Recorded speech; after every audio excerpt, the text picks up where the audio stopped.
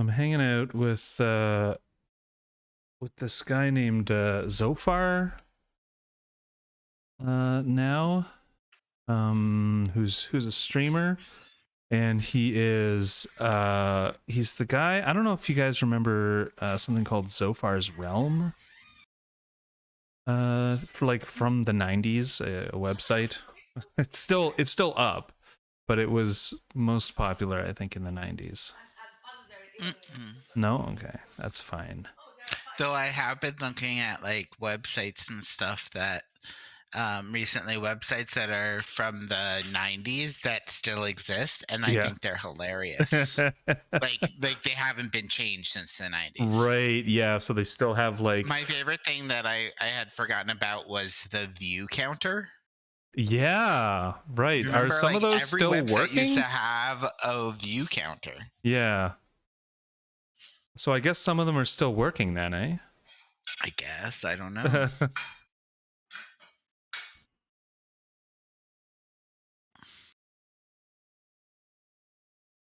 They were just so awful. They just like a mishmash of like crap on a page. Yeah. With like a wallpaper. Oh yeah, for sure. And they were all like generally aligned center. So it's just one long scroll of stuff. Yep. Yep.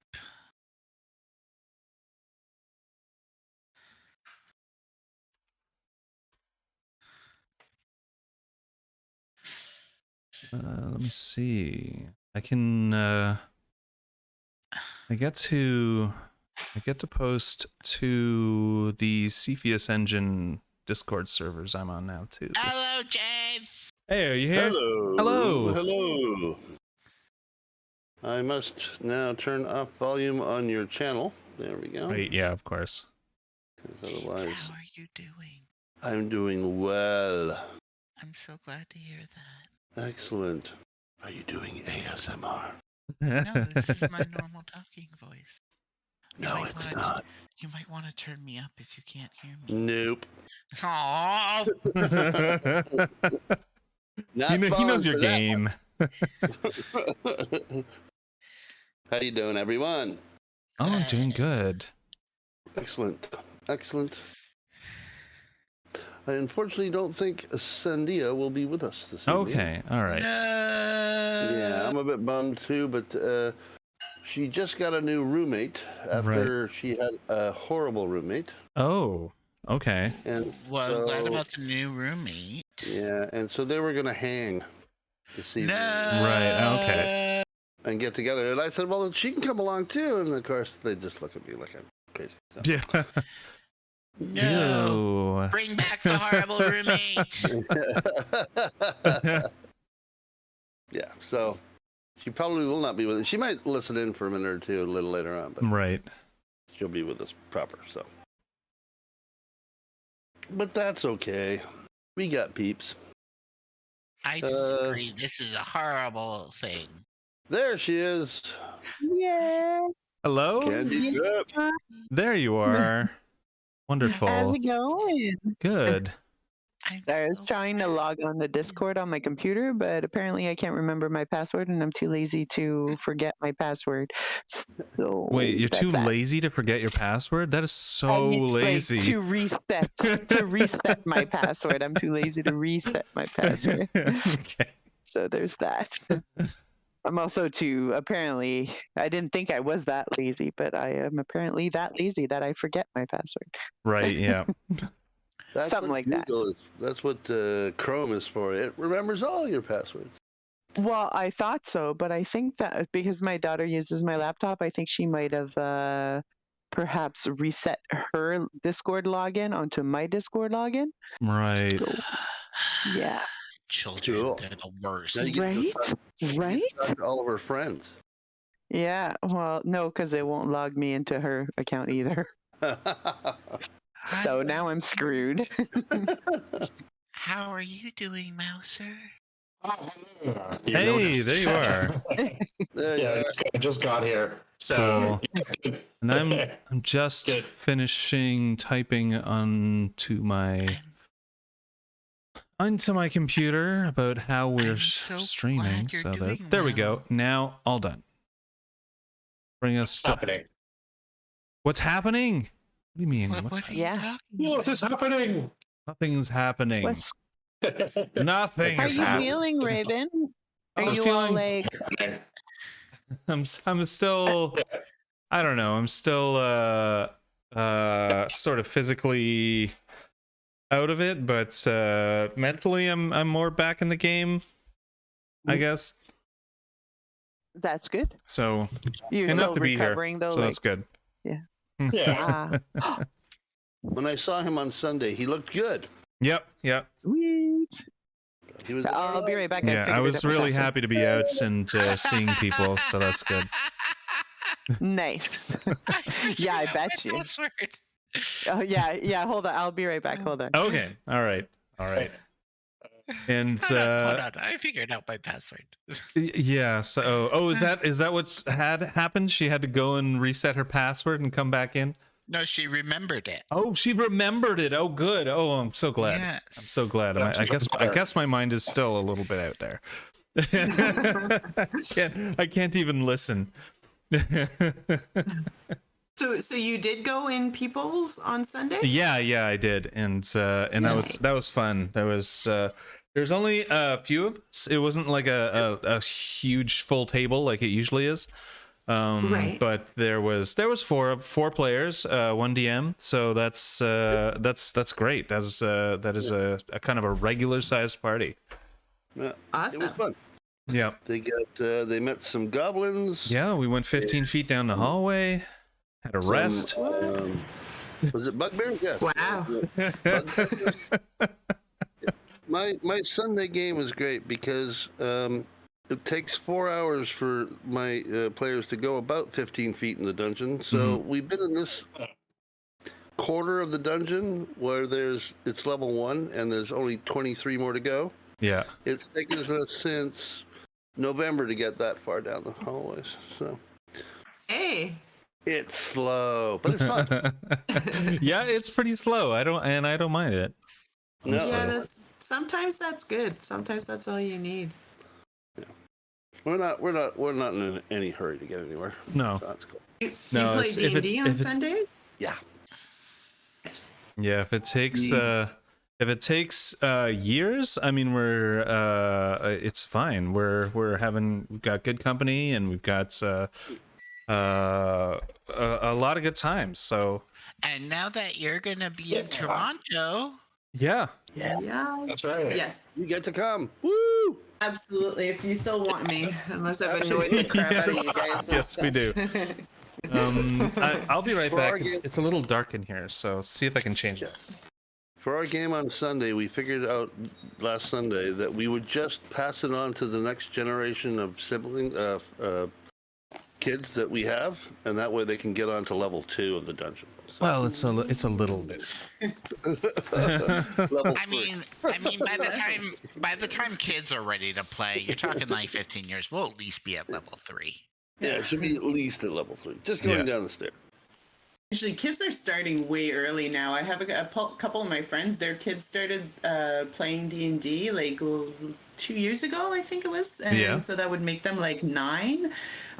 Some of the older kids who are now 15 decided that they were going to run like a one-shot game, and for the little kids, and the little kids love it. So now they're good. playing like every other week or something like that. It's super freaking cute. Makes me so proud. Yeah.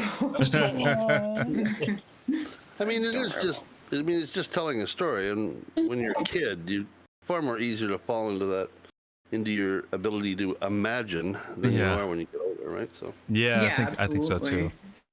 But they're all like picking up like old stuff, like they're playing Magic and that's like cool. playing D&D, and I'm like, oh my god, what is happening? A proud moment right here with my geekiness. Yeah.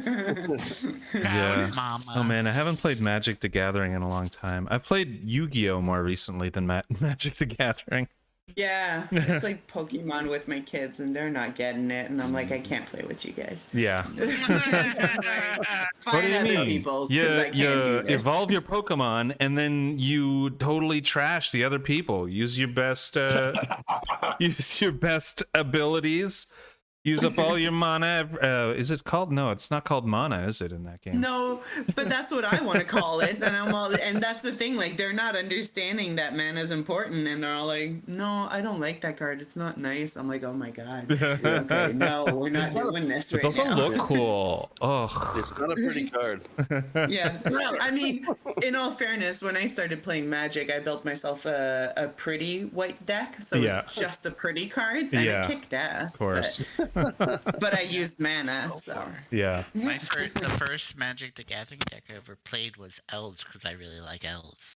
Yeah, elves are good. Yeah, Elves is a really good deck too. You can just totally multiply and multiply and multiply and multiply and multiply and completely take over. Assuming that was the elf deck that you were playing. I think that's the basic one, is where you just totally overwhelm with numbers.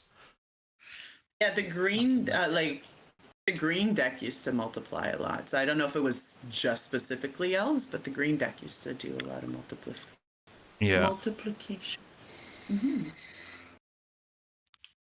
But the white deck had the prettiest cards. So I am looking for I don't know what my. you're talking about. Those elves were kind of pretty. Yeah. Oh yes, absolutely. I have never played Magic. My episode. You've never played Magic, James? That's it. Let's leave. Well, sorry, I'm not. I feel like your next in people's game should be a Magic game. Oh yeah. Initiation. When I started this D&D thing a couple of 6 years ago now, I went, "Oh, maybe I'll do get Magic too, because I want a full geek." And I watched a bunch of how to play Magic on YouTube and went, "Yeah, no." Yeah, the problem is like now too much stuff. Yeah, like you need to get all the good cards and stuff like that. But if you play with just like a basic deck, it's fun. If you don't care about how expensive and good your cards are, and like, whatchamacallit, like not a power play move, but like power playing moves. Yeah. You know, like when you build your D&D character to be way too powerful. What's that called? Min-maxing. Min-maxing. There you go. So, you know. Then it's fun. Yeah. For me, it was when I first started playing. I played at the Adventures League at a bookstore close to where I worked. And Magic the Gathering people were annoying because they kept being way too loud because we were trying to play D&D. Yeah, and they were all screaming and yelling at each other, and you're going, "Shut up! We can't hear the DM talk." I bet us geeks can kick your geek's ass. Well, yeah. But yeah. But I mean, for the game store, I mean, Magic the Gathering and card collecting is their bread and butter, you know. Yeah, for sure. Ooh, what I need to open is a different little notepad called Obsidian. So that's where I keep my lore. Lore. Yeah, there it is. Where is it? Where's my giant? Where is my giant ship? It's in here somewhere. There it is. Yeah, it's been in storage for a while, so yeah, they might have to demothball it. Yeah, exactly. I'm blowing the dust off. Storm the dreadnought. Oh, right, we're in a dreadnought. Yeah. Yeah, that's right. You've just gotten in there through a little tear in the hull. You've parked your ship right beside. I can't remember if the what was his name? Chad came with or not? Rad and Chad. Rad and Chad, yeah. Rad and Chad. I can't remember if he came. I think he did not. Did he? No. No, I don't think so. I don't think so either. That's fine. That's fine. I have Erickson's character sheet this time, so. Oh, nice. Hey, Smile. Good. See. That's going fine. Still taking notes here so I can hit the ground running without forgetting anything.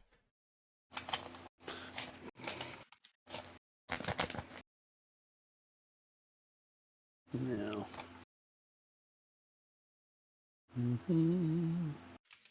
Yes. Is that our ship's name? The SS Atomic Kitty? Yes. The SS Atomic Kitten, and the other one is called the Cat Claw. I like how there's the theme is running through. Yeah. Okay. And all right, so I've got my episode plotted. All right, so you have entered the side of the hull. It's been ripped open. I know some of you, when you were making your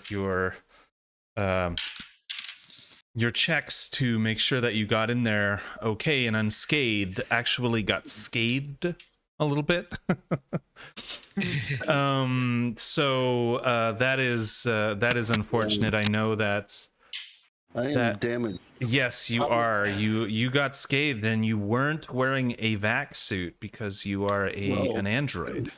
I'm an android. Yeah, and you have your Astro Boy kind of thrusters. Yep. So a part of your body is torn or damaged in some way. Got it. So what does that look like exactly? Well, I'm thinking that for the most part, I'm just a big, huge can. Mm-hmm. Mm-hmm. Because I am the experimental science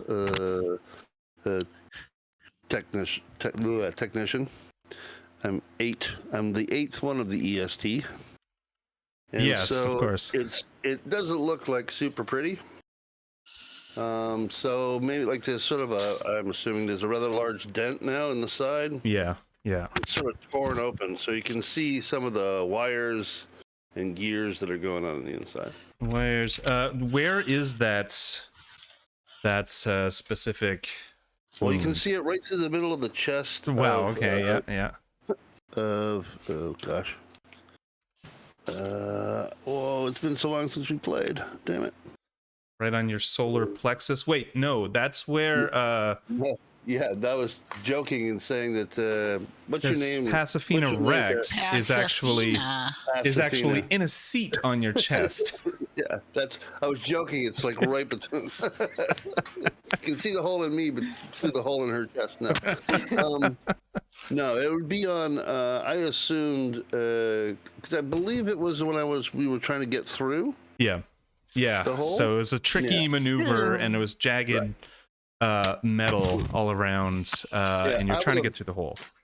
Yeah, there'd be no question that I would try to make sure every way possible that Pasifina would not be hurt. So it would probably be on my back as I tried to sort of swing myself through first, because I'm the larger of the two, and then pull her in afterwards.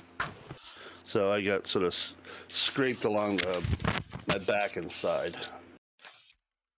You can sort of see the wire.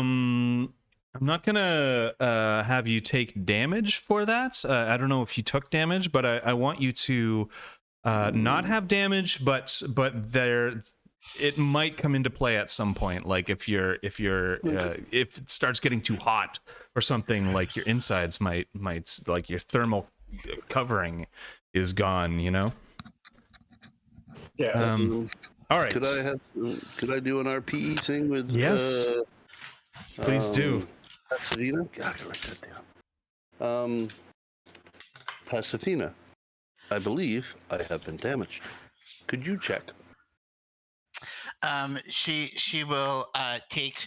She's got like a helmet on, and she like looks like a turtle, and she pokes her head out, nervously at first, just like kind of peeking, and then she'll like really quickly look around, and she'll see the giant hole and say, oh my god! Oh my god! I'm sorry, Pasafina. Please calm down. I bring out the paper bag.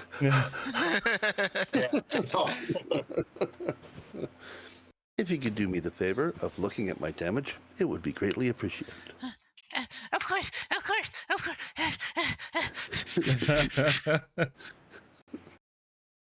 Meanwhile, Right. Ericsson's just kind of floating through space, not even caring, about what's going on, because he's a belter. He knows how to navigate. He knows how to navigate zero gravity pretty easily. He's like, don't you worry about it.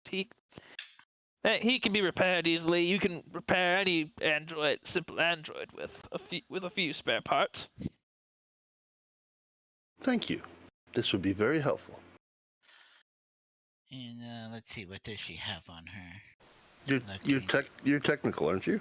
Yeah, she is. Yeah. She has I'll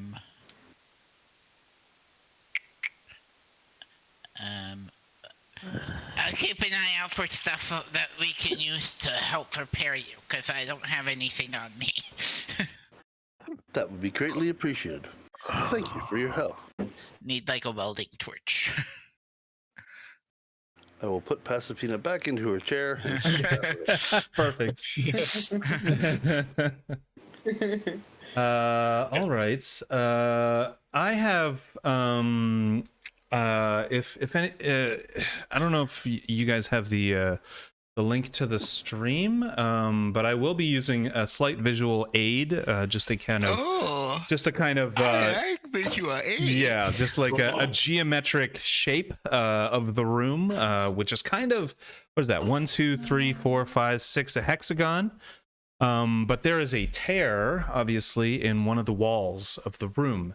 And there are, in fact, there is right in the center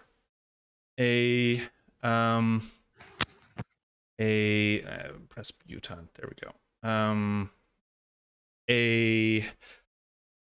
There's no gravity here, so there's something dead in the center of the room, and I believe we figured out last time that you do know exactly what it is, and it is an invasive alien species that will come and eat anything that they want to, and they're quick, and they have an insidious life cycle where they will pop out of pods and grapple an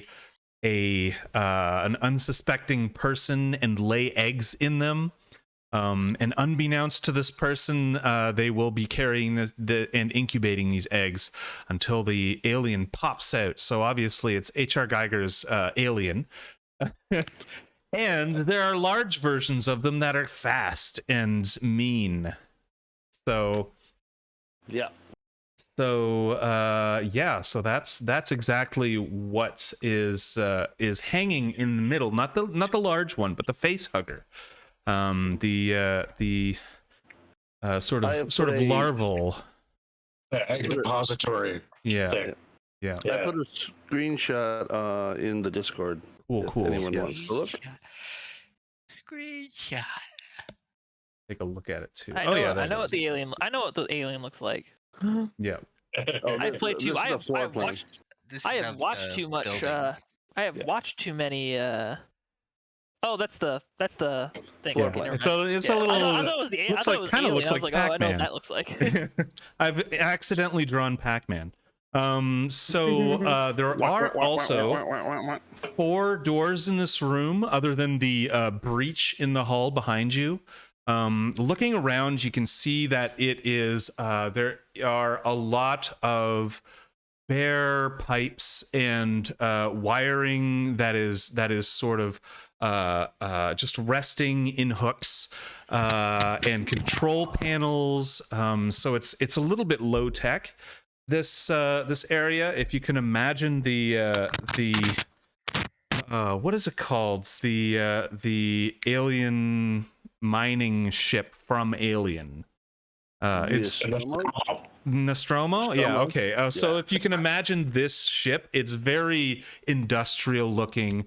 You could imagine, like, if you turned a valve, that steam would come pouring out, you know? But don't take off your vac suits just yet, because the area behind you is actually open to space. So we are going to want to take a look at these doors, or root through some of this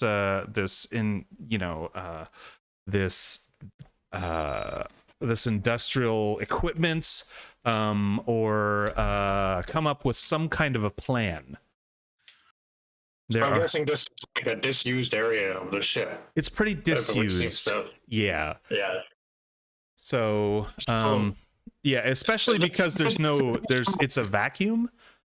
Right. It would certainly be unused.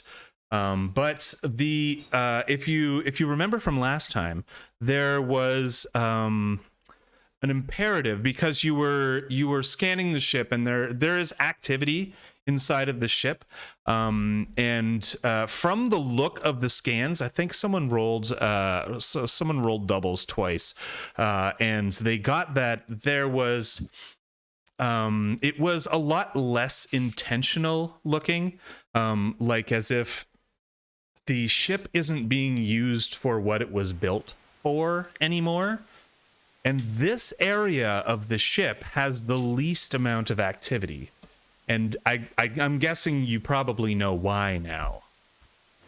Yeah, and that's why we didn't know the aliens, but we decided that this is where we wanted to be, because we figured we wouldn't be spotted in a hurry. But something else is here, apparently, so that could be a problem. It could be. So what is your plan? I guess you haven't necessarily come up with one yet. No. Well, can we? Is any of the equipment here useful to us? Probably. I guess it depends on what you are trying to use it for. If you have a plan, a goal in mind, you can look around and see if there's anything that would be useful to you. Like there are valves, there are pipes, like steel pipes. There are wires that could be cut and used. There are control panels that you might be able to take out and repurpose wholesale. Some of them look fairly generic, so if you wanted to uninstall some of them, hopefully they're still working, and you might be able to use that to hack in. One second, we just got a raid from my friend Uniting Gamers. That's awesome. Ooh. Thank you so much for raiding. I'm not going to slow down the game too much, but thank you very much. So there definitely is useful materials and resources, technology here. But you might need like a plan to make use of it. Okay, well, I'm not speaking for the group, I'm speaking as my mouser, but I think that the two things that spring to my mind are, number one, yes, being able to access their computers would be a good thing.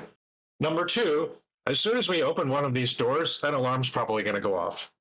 Well, maybe, depending on how in working order this ship actually is.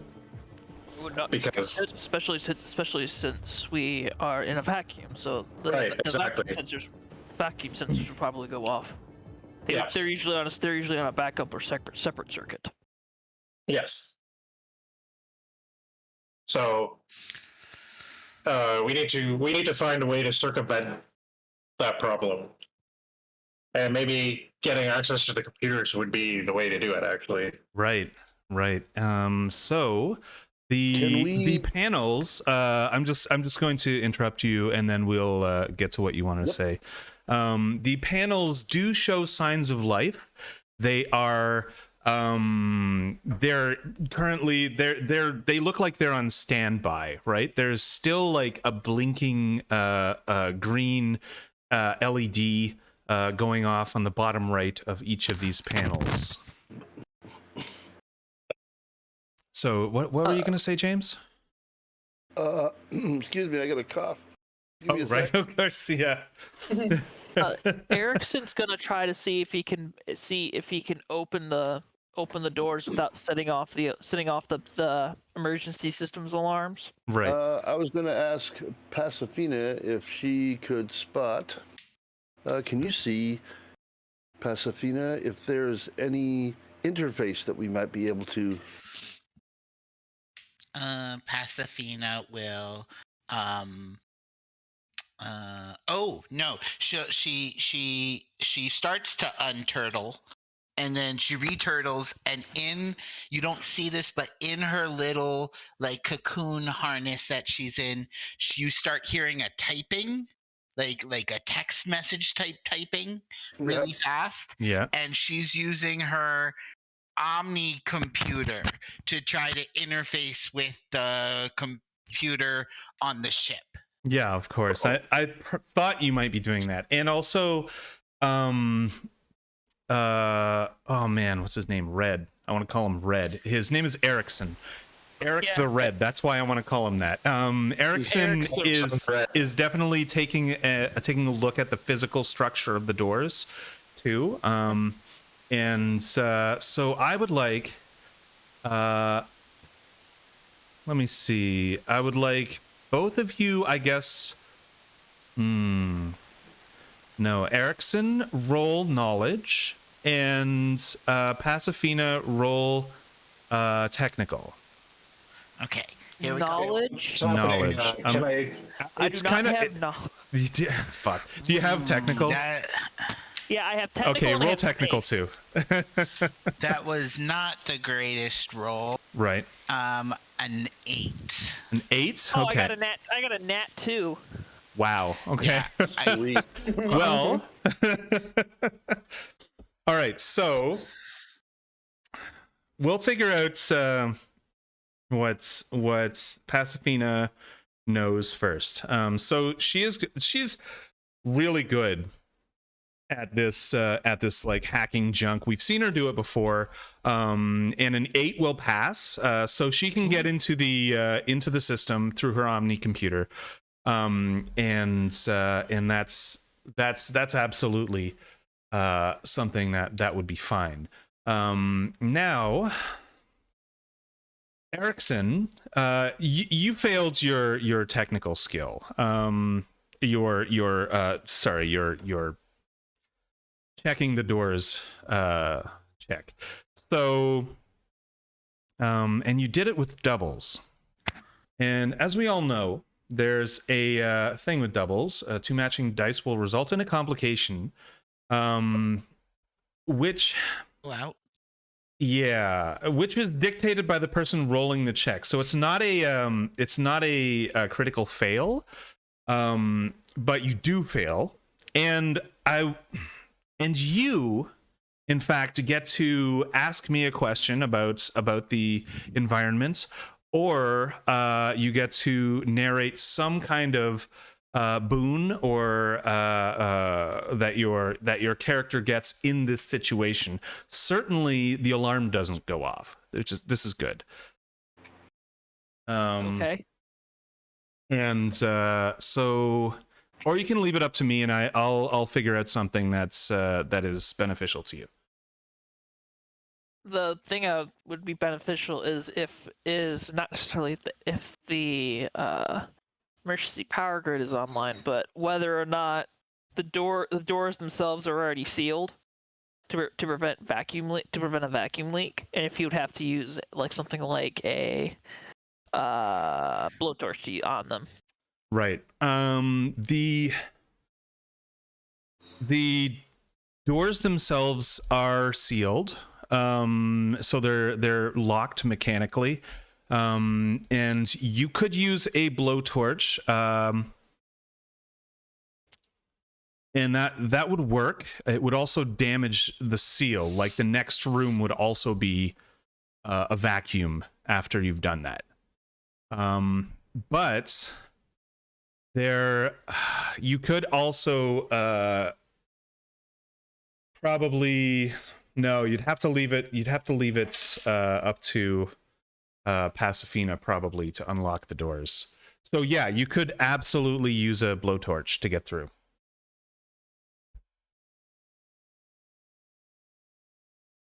So while this is all happening, I would like to very gingerly examine the corpse of the dead alien. Right. And see, I'm guessing they can't survive in a vacuum, and we're wearing suits, so that's why I'm guessing it's dead. But I just want to be sure. Well, walking up to it, you, well, I guess you're kind of not walking, but like flying up to it. You've got thrusters. And so what you're doing is you're looking at it. You thought that maybe it's you don't need to roll with this because it's fairly obvious. You thought that maybe it suffocated, but in fact there is some damage to it structurally. There's like part of it, its like belly sack is ripped open. And there was some like green goop coming out, but it is now all coagulated, and it kind of looks like battery acid after it's been corroded. That's sort of white crust around it. So that's what that looks like. So there is some damage to this. That's probably how it died. That makes sense. So I wonder if there was some kind of firefight, and they sealed off this section of the ship so that they wouldn't, because they didn't know how else to deal with them. Right. And I kind of described the surroundings, but I'm going to add that there are scorch marks as well. Like the whole hull has been blown outwards, not the whole hull, but this one section of the hull has been blown outwards, and there is actually a lot of soot and scorch marks around there. There are some on the alien itself. Makes sense. Okay, so I'm looking. I want to look up at the ceiling and see if I can see anything up there. Right. Up on the ceiling, it is a whole mess of ducts, and there are like wires being threaded through hooks. There are many pipes. There's a whole mess of these things. There's not anything necessarily waiting for you if that's what you were looking for, but there's certainly an awful lot of industrial looking shit in the ceiling. Yeah. Okay. Well, Which you can access, by the way, because you're floating around. It seems safe enough. Mm-hmm. Famous last words. Yeah. And I know that I've been dancing around it. These things have nasty blood, right? That's why this one's coagulated blood looks crusted like battery acid. But it's definitely, there's no like globules of it flying around or anything. It looks like pretty like a little bit dry now. It's been a bit freeze dried. Got it.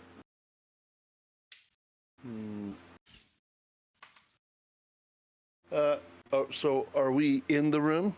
You are in the room. Yes, you're currently poking around the room, and Pasifina has gotten into the system of just the surface level security systems, and can do things like open doors and but she's having a hard time actually getting the security system hacked. Okay. Right? So yeah, you're in the room. You just hear text message noise. Like click, click, click, click, click, click. So, because I have one power and one power only, it's knowledge.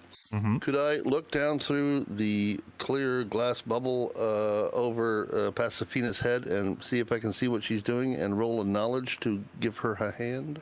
Right, yeah, of course. Like passive Googling. Yes. Yes, for sure. Passive Googling. Is that like when you ask Siri to Google for you? Yeah, exactly. Meanwhile, Erickson, what he is going to do is he's going to start prepping his blowtorch and his cutter.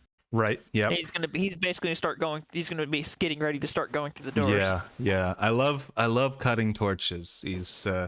These things, they make a wicked sound. They make some pretty lights. I love using them. Useful cutting. And everyone can. You're not hiding what you're doing. Everyone can see what you're doing, right? Yeah. Yeah. Cool. All right. So what was the roll? The knowledge roll. 11. 11. Right. So that will actually pass the security check. And Athena, I think you've missed that tab over there. Oh yes, I was coming back to that, and she will looking like, oh yeah, I knew that, and tap on that. Yeah. Cool. So now you're in the alarm system as well. You are. Oh, sorry. Which door are you thinking of cutting open? By the way, Erickson. Oh yeah, good question. There's as you came into the room, there was a door on your left, a door on your right, and then two doors on the walls in front of you. As I said, it's kind of a hexagonal room. Okay, I'm gonna cut through the door to the left, but straight. So right in the hexagon, if the red dot is us, and I was looking straight in between the in between the two doors, like where the point is. Yeah, it'd be the door on that left.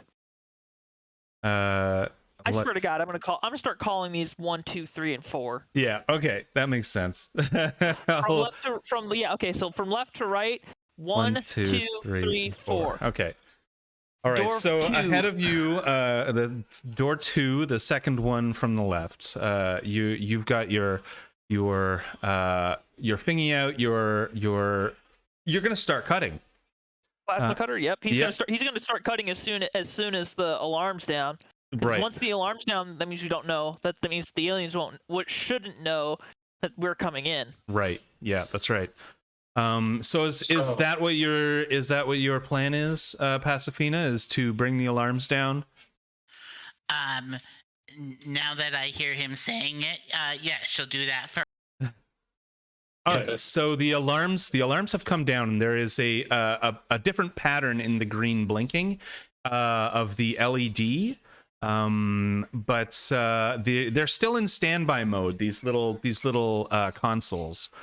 So even though they've been accessed and they've been changed, there's not too much difference in how they look. All right. So, He's as soon as Pasifina says that the alarms are down, he's gonna start cutting. Yep, and that's a technical. That's technical check. That would be a 9. A 9 does it. So you are cutting through. It will take a little time because it's a slow process. There's as you start cutting, you realize that there are several layers of metal to this thing. So you're going to spend some time doing this. But it's going to be like probably 10 minutes or so, right? So not too long. He's a minor, so Yeah. it's nothing to not only that, he's part of his technical kit because Yeah. he's a minor. Yeah, that's right. That's right. Cutters start going. That's right. So, oh, sorry. What were you going to say? No, I'm not gonna say it. I think it was Mouser trying to say something. Well, no, you guys finished first because it was sort of a change of not tactic, but what's the word I'm looking for? It was a different thing. So, but I was wondering if before we leave here, so where's our magical pyramid is still on our ship, right? Yes, it's kind of installed into the ship.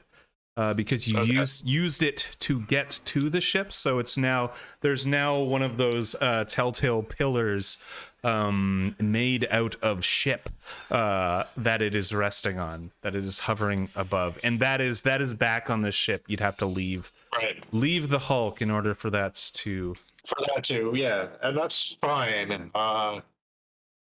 I'm just thinking if it's better off. Do you guys think it's better off on our ship, or is it better off in this disused area of this ship?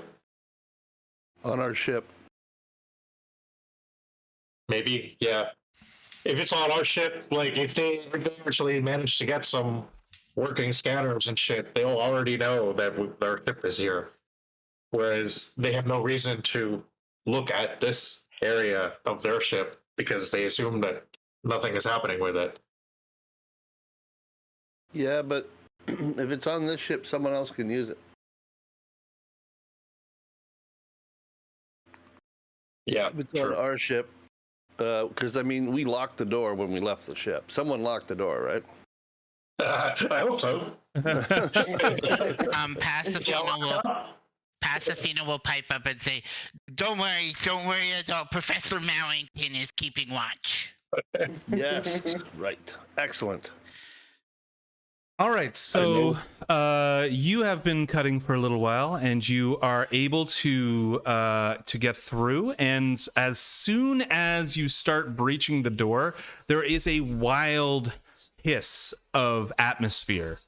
And because it's a small hole, it's not a blaring alarm that's going to be going off from room to room, alerting everybody, but it is definitely a very dramatic noise that is happening as you're trying to cut this thing, and it's taking all of your skill to you already passed, so you're doing it, and it's taking all of your skill to control the plasma flame as you move it against this incredible force coming at you. And you're the Delta P. Sorry, okay. What was that? Delta P. Delta P. I don't know. Delta P is change in pressure. Oh, I see. Okay. Because what's happening is as he's cutting, it's probably pressurized like 1 atmosphere. Mm-hmm. So what's happening is that when you cut something open and you release it, that atmosphere is going to depressurize and try to fill the remaining space. Since it's space, it's a vacuum, so it's just going to burst out. Yep, that's right. It's what happens in down below the ocean surface. That's what happens with leaks, with pipelines. Yeah, for sure. Cool. Because of the rushing water. Yeah, I didn't know what that was called, but yeah, for sure, that's exactly what's happening. All right, so I am just rolling a couple of dice, and the dice of death. The doom dice. And as you're finishing, the hiss is winding down, because the metal is peeling away a little bit, bending as you are liquefying the seam of the hole that you're cutting.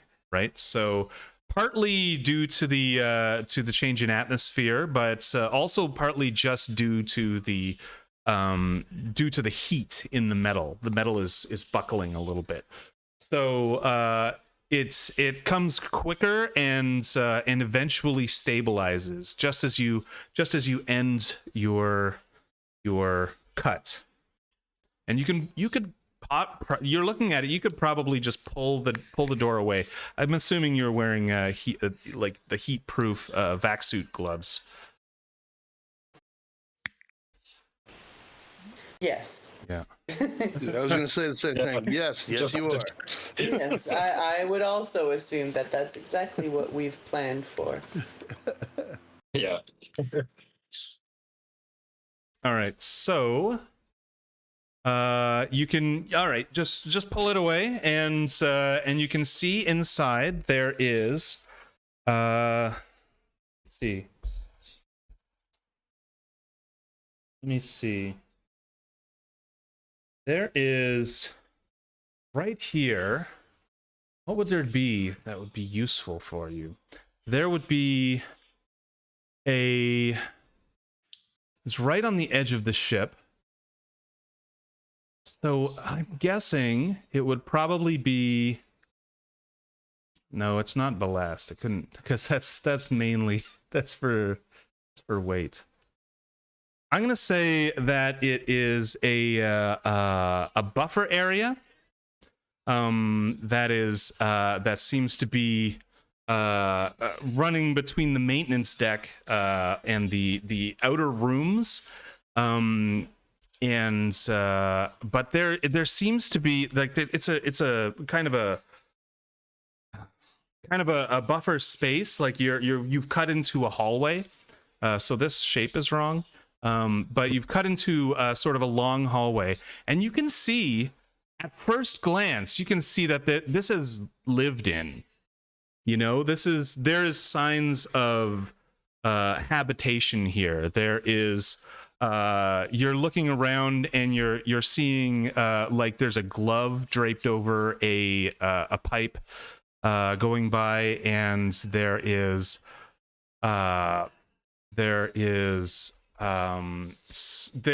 like a bedroll kind of tucked away in a cubby.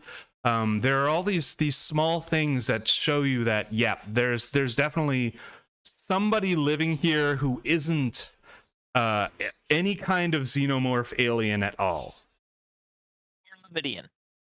Yeah. So I'm gonna change the shape of this room as well, just because that's not. Oh no. Huh. I am unfamiliar with paint.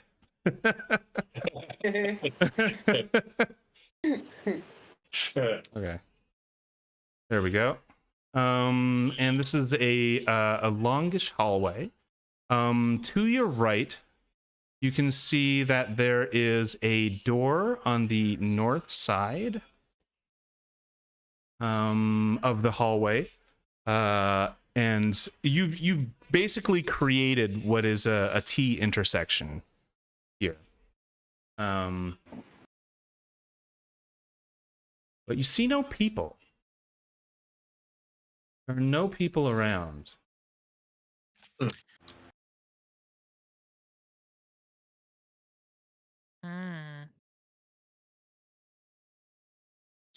So, is there anything to indicate that there's a bedroll here and shit? Do Levadians use bedrolls? They do not.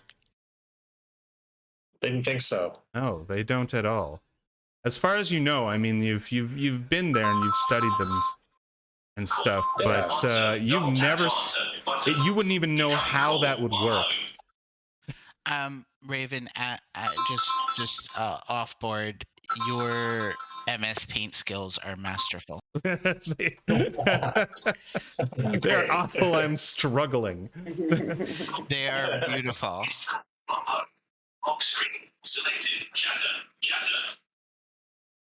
All right, so we get lines going as well. There we go. And off to your, I said left, I meant right. As you wander in the hall, there is another door that's just like this. There is a cluster of wires going down to a control panel to the side of it. What is happening? What is that? Mouser, your computer is very loud. What's Very going on? loud. Your computer's talking very loud. It's my phone, and I'm very far away from the Yeah, mic, so it yeah, shouldn't be picking up. yeah. Well, don't worry about it. So yeah, that's what's going on here in this hallway. So you're peeking through. I don't think everybody's piled through yet, but this is what you're seeing. This hallway with clear signs of habitation. It does not look Levadian. It does not look Bacarachian either. It looks like a like possibly human, possibly some other kind of humanoid creature is or people are living here. So Odd. So what do you think? Pasafina and I are at Seems the like we back. have stowaways on board, is what Erickson says. Every once in a while, you just hear like a click, click, click, click, click, and then a muffled, like, because she's in her, like, ha, they're using a Series 7 dated, click, click, click, click, click, ha, ha, ha, a Vex 9, what the heck? So, A 9 Vex? I What the want heck? to, Sorry, go ahead. I want to take a look through the few belongings we can see here, Right. Okay. and see if we can Yeah, find any Erickson- clues as to who the Erickson- person is. Erickson has like his blowtorch under like one hand, and the other hand he has like his shotgun. And he's kind of like sweeping the room as he kind of advances in to try to see if there's any like xenomorphs down a hallway, or if this area is safe for everyone to move in. So you're before he scouting. starts You're scouting it out, and you see no signs of anyone immediately around you. You don't hear anything. You don't see anything. You feel like this place is relatively safe. And I guess that's when Mouser comes in, and he is looking through the belongings, and you see that within the bedroll there is some personal belongings. There is a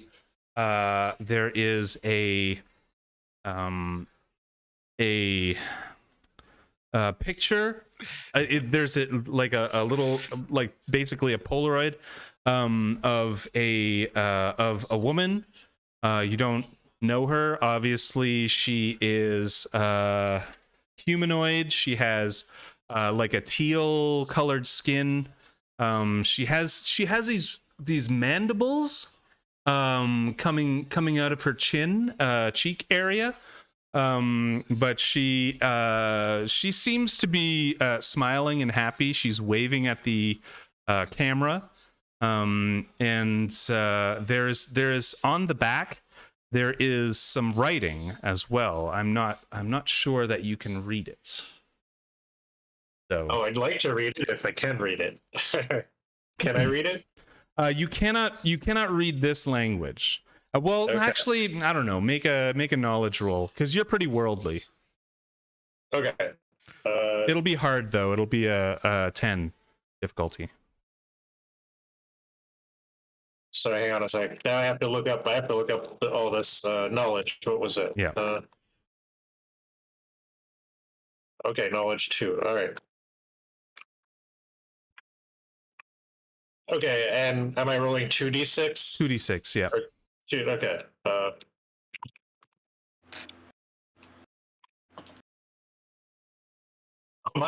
Double 4. Double 4. Okay. So that's you can't read it, unfortunately. But you will get to ask me a question kind of a meta question. As the player can ask the DM a question, or you can narrate some kind of boon that is happening. Okay. Well, let's say I can't read the language. No. But I know what it is. I've seen it before. Right. I know maybe I have an idea of where these people might come from. Right. Yes. And I'm gonna say when you got to the lava planet, you went back in time. So you recognize this language. And then you look at the picture again and you're like, oh, of course, I read about this in a very old text. These people went extinct a long time ago, actually.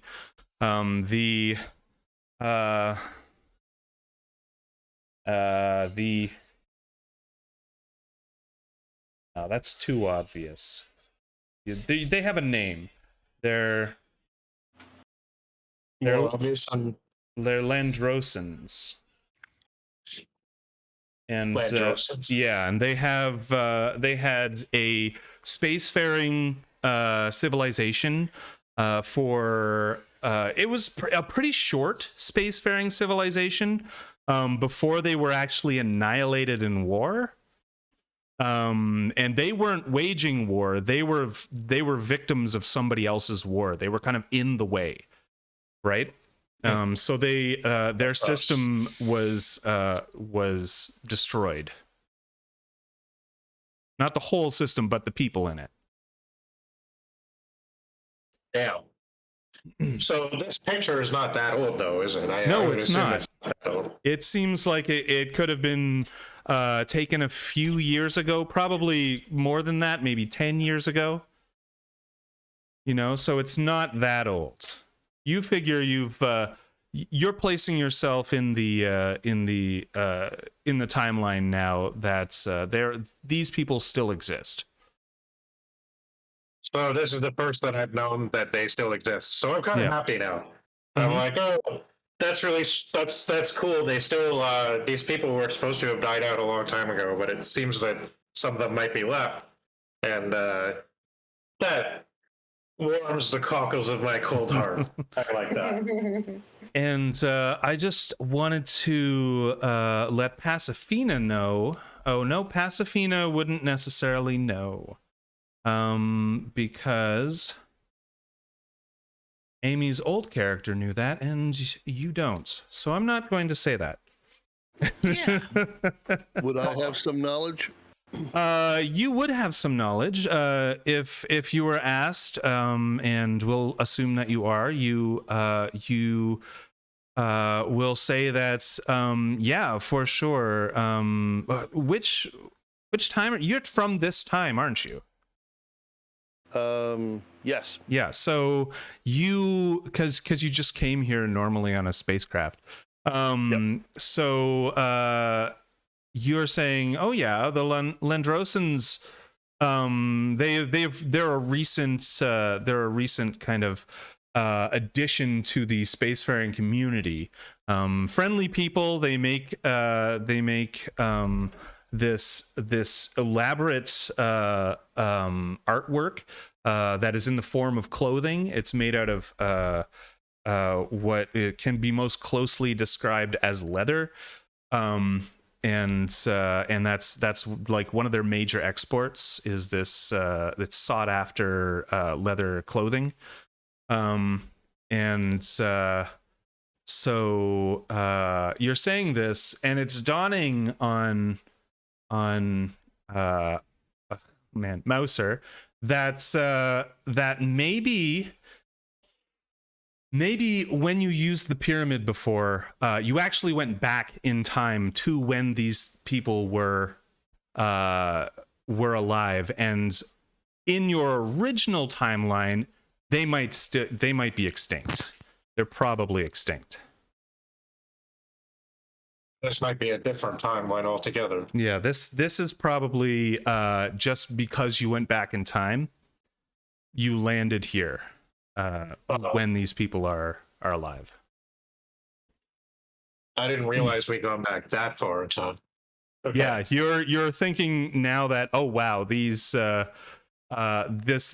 race has this species has been so lost to history that there's not really even a specific like set of years that you know that you went back, but like their texts and stuff are just they're in a different calendar and everything. It's really hard to pinpoint when they were alive, but you just know it was a long time ago. Okay. Oh. Okay. Is there anything else that there is that, and there's some personal odds and ends. There's like there's a pen. There's a and it says on it there is a apparently it came from a bar. This pen, so that's got the logo on it. There's no wallet. But there are a few other things that might identify the person who was using this area. Like there's a cigarette case. And the cigarette case is made out of a I'm gonna say it's silver cigarette case.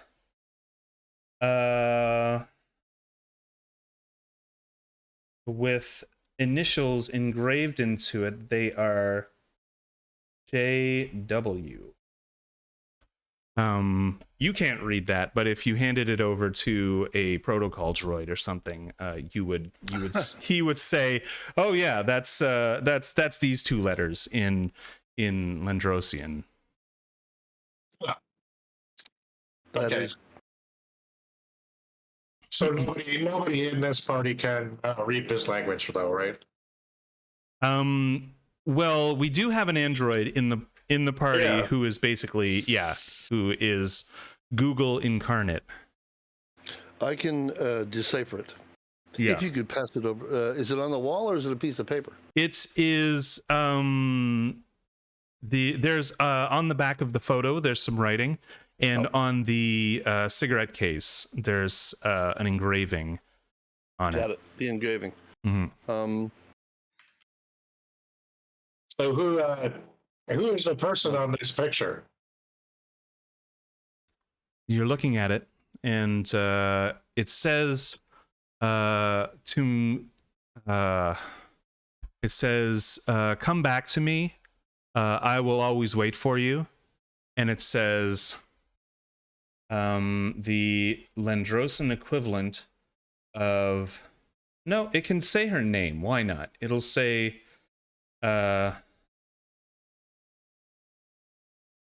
Geneska on it. So it says come back to me, I'll always wait for you. Oh man. Well, I don't know if somebody's coming back or not, but I take the picture anyway, and I put it in my pocket. Right. And the pen that you see there, it does have a specific logo on it with a writing that you do know. And we'll say that I don't know exactly which one it is, but it says it'll say, why not? It'll say Quarks Bar. Cool. I will also take the pen. Quarks Bar. But it wasn't called that, was it? It was called something. It was called like the Hub or something like that. I forget exactly. Yeah, in DS9, the area that Quarks Bar was in. The promenade. The promenade. No, the promenade was the whole thing, but the bar was just called Quarks. Yeah, I think. Yeah. Quarks Bar. It says Promenade Quarks Bar. Central Perk. Cool. I've never been there. I always wanted to go there. All right. So you've looked through this. There are some bits and bobs that are kind of useless. There's like a bent paper clip. You don't know what that was being used for, but it looks like it was a tool. And there's some like maybe some shoelaces. There's bits of twine.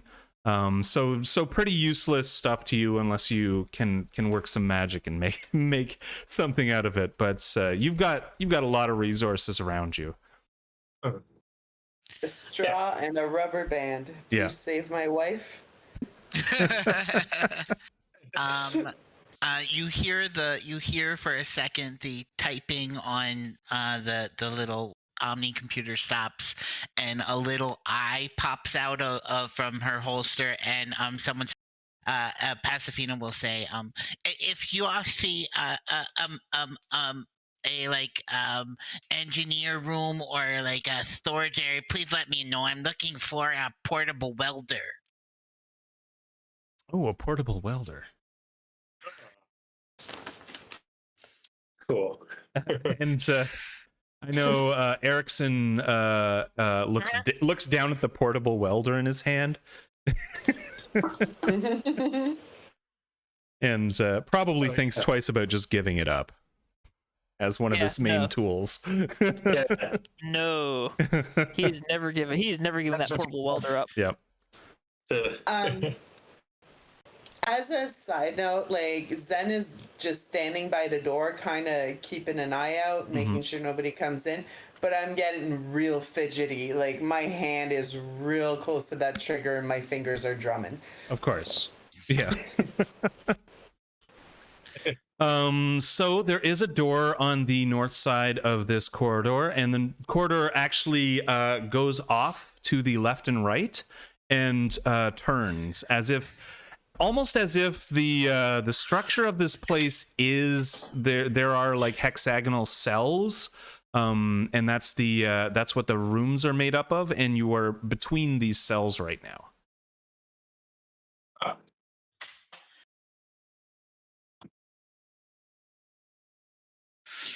Where to next?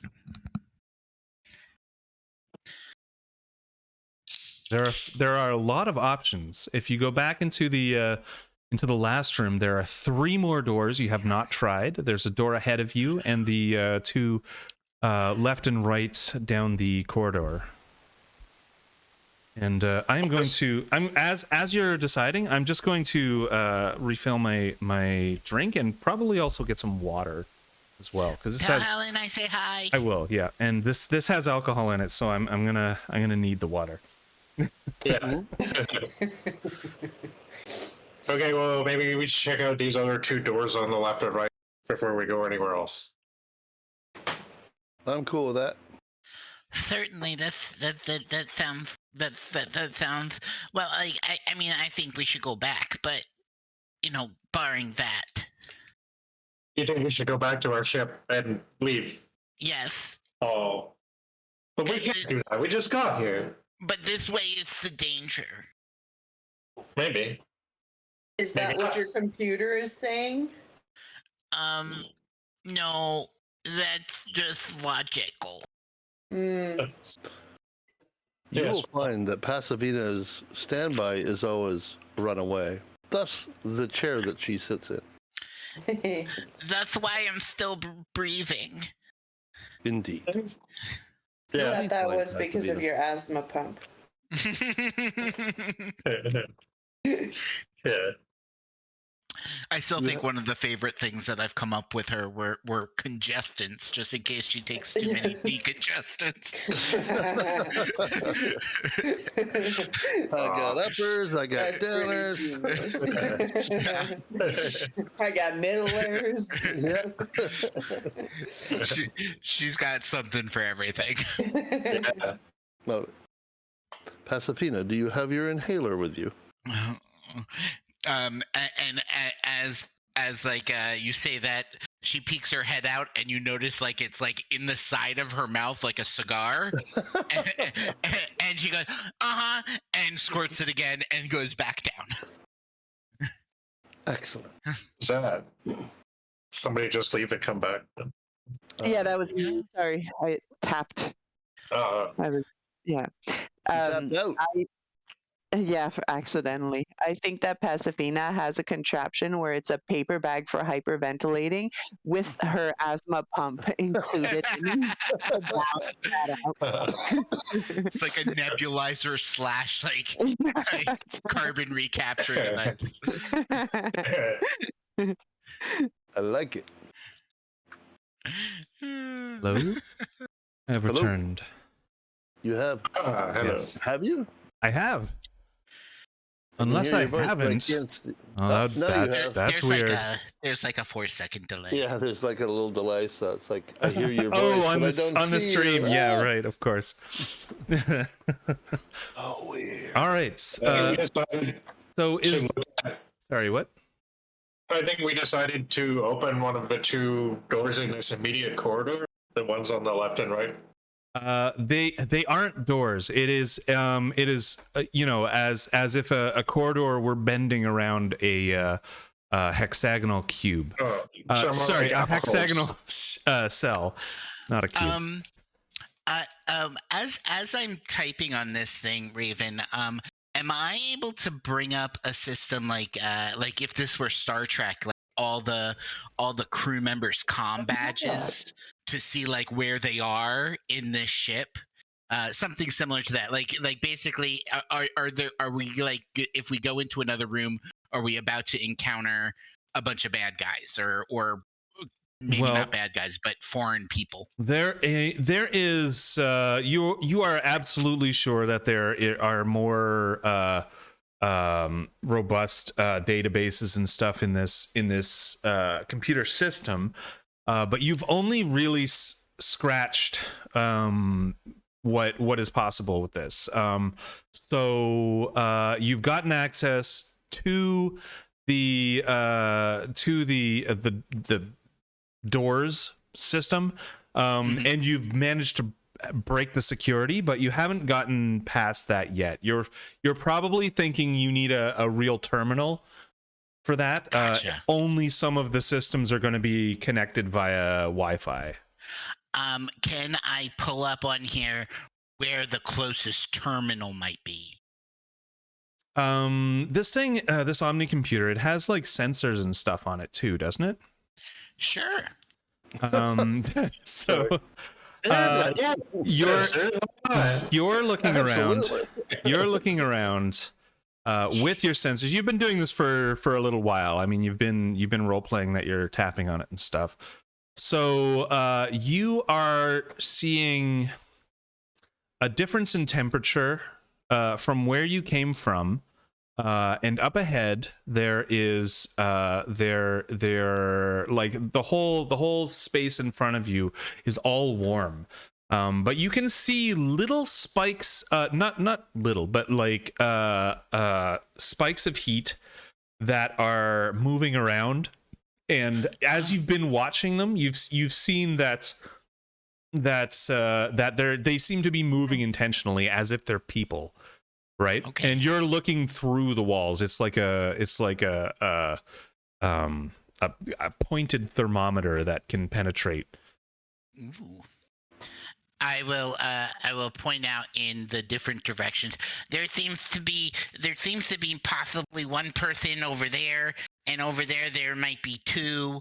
And like I'll just dictate off. Yeah. And like she doesn't pop out of her harness. She just like sticks a finger up when she says in that direction, and points in like that direction, and then pulls it down, and then when she says the other direction, she puts it up and points in that direction. Right. So there is some information about where some people are, and like where the heat signatures are, basically. So what would you like to do with that information now as a party? Do we want to go towards the heat signatures or away? If Erickson knows that there's heat signatures, he can't stroke his red beard, but instead he's going to holster his plasma cutter, since we're not going to be moving through any more rooms. And if it's down the hallway, then he is going to prepare a shotgun and get it all up to his shoulder and ready to, and pointing down the hallway as he says, "All right, let's go and we'll meet these new people. Give them a good welcome party." Right. Yeah. Yeah, I'm with you. Let's eliminate the threat so we have more time to figure this out. All right. So you're going to be moving towards the heat signatures. I think you said you decided you were moving left down the left way of the corridor. And so you begin moving as a party, and I'm not going to draw it on the map because it's not, I don't have it like all specced out or anything, so it's a little more wishy-washy. So you're moving down the hallway, and you pass a door. This one has a portal on it, like a little window. The ones you've seen before have not had that, but this one does. And inside, you can see, and it's a cold room. There's no heat signatures in it. There's an atmosphere in there, so it's warm, but there's no heat signatures. So looking into the room, you can see that there is there's a terminal in there. It looks kind of like a kind of a messy office area. Like if you've seen like a superintendent's office, it's like, an office area, but there's also cleaning materials, and there's also like a broom there, and there's and this is kind of the general feel of this space that you get. But you can see clearly that there's a terminal there, and but you are, based on the heat signatures, you're going to want to travel further down the hallway. So you can decide if you want to. This is a point of decision. Sorry, go ahead. We do want access to the terminal, though, right? One of us does. I us. Also, these heat signatures, the Levadians would have very distinctive heat signatures. So, are these human or possibly close to human, or are they Levadian? You know that the Levadians are very hot. They would be very distinct on an like an average atmosphere, like as a background. So you're thinking these are not Levadian? So interesting. We thought this was like Levadian HQ Central, but so far we've come across no evidence of Levadians. Yeah. And that's actually odd. The first sign of Levadians that you can see now, as you're looking through this portal, is that because your character was kind of thinking that, like, that's weird that there's no Levadian shit around here. But you can see that the walls inside of this chamber, of this office, are actually made out of a durable-looking ceramic. Right, as if this could be, this room could contain a ton of heat and be fine. Yeah. So you're thinking, oh, that looks like it's Levadian. Just the walls, nothing else. Just the walls in this chamber. Okay, so the walls of the chamber look Levadian in design. Yeah. Well. It seems like some certain parts of this ship maybe were redesigned by somebody else, and we just assumed that when the ship was coming back, it was like the Levadians coming back home kind of thing. But it might be something completely different going on. And as you're working this out, you're getting the sense that that's probably true. This is this was originally built with a purpose by Levadians and has been repurposed by some other people. There's probably some Landrosans around. could we assume that it was the Baccaratians that stole the ship from the Levadians, and then the Baccaratians got that ship, they sold it to There's other peoples, or like, is there any signs that tentacle pigs could be working this ship? Yeah. If you know what I mean. There haven't been a whole lot of signs that's you know, there's no technology for the Levadians. It seems like whenever this was repurposed, it was so long ago that like the technology that they could use has been taken away or is gone somewhere.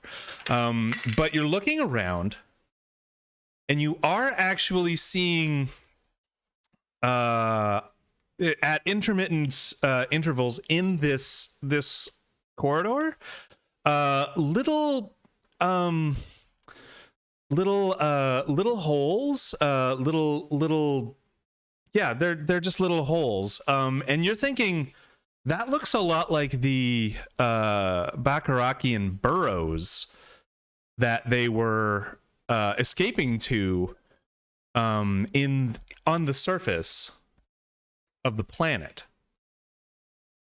So you're thinking at some point there must have been a Bacarakian presence here, which is weird because the Bacarakians they only suspected of this place, right? They didn't have any history here necessarily. Out of game question. This is for Alexia, not. But would Levadians register as a heat signature? Because they're not. They would, yeah. Corporeal, right? So would they still? Levadians are the tentacle pigs. They are very corporeal. They are very hot. Right. Sorry. So yes, they would certainly register as a heat signature. Right. Sorry, I got them mixed not up. quite corporeal. Yeah. So STS Android, I think that's STS, right? 8 EST. EST. Sorry, yeah. EST. Can you you have a pretty extensive database bags, correct? Yes, I do. Can you check your database for any relational material between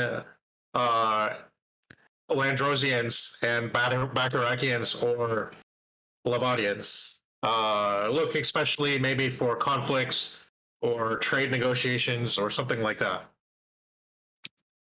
Processing now. You get a +1 because somebody asked you to Google something. Yep, that's right. So you get a +1 to your roll, and yeah, go ahead and do that. So wait, do I roll or does he roll? He's rolling it. Okay. But you give him the +1. Yeah, that's right. It'll be a 13. 13. Wow. Yep. So it's right on the tip of your tongue. And that would have been 2 6s, right? No, because I have a +3 to knowledge and then a +1. Right, of course. So it was 9 plus. Right. 4. Okay, so 13. It's right on your fingertips. You were just processing that thought path as he asked, and you're like, yes, there certainly is a history with the Landrosans and the Levadians. No recorded history of the Bacarakians and Landrosans, but the Landrosans and Levadians had they shared a couple of colony ships that were not either one of their colony ships. They were like a larger, more common, not colony ship. That's the wrong word. Like they shared space on a couple of space stations at a couple of times. Oh, that's interesting. So yeah, you're thinking that there was definitely 2 distinct recorded times that they had interactions with each other. Okay. All right. Well, One of them was, Levadians are always very contentious and anarchic, and they hate this whole system of government that is a pyramid and everything. So one of them actually was a very violent time on that space station, and there were a lot of explosions, and most of them were attributed to the Levadians. okay. Huh. So, do we know anything else about that space station? Probably not. Yeah, you can definitely know more about that space station. It was a group of insectoid beings that had were at the forefront of the they were heading it up, but there were a lot of different species coming and going through there. There was a trade port. There were 4 distinct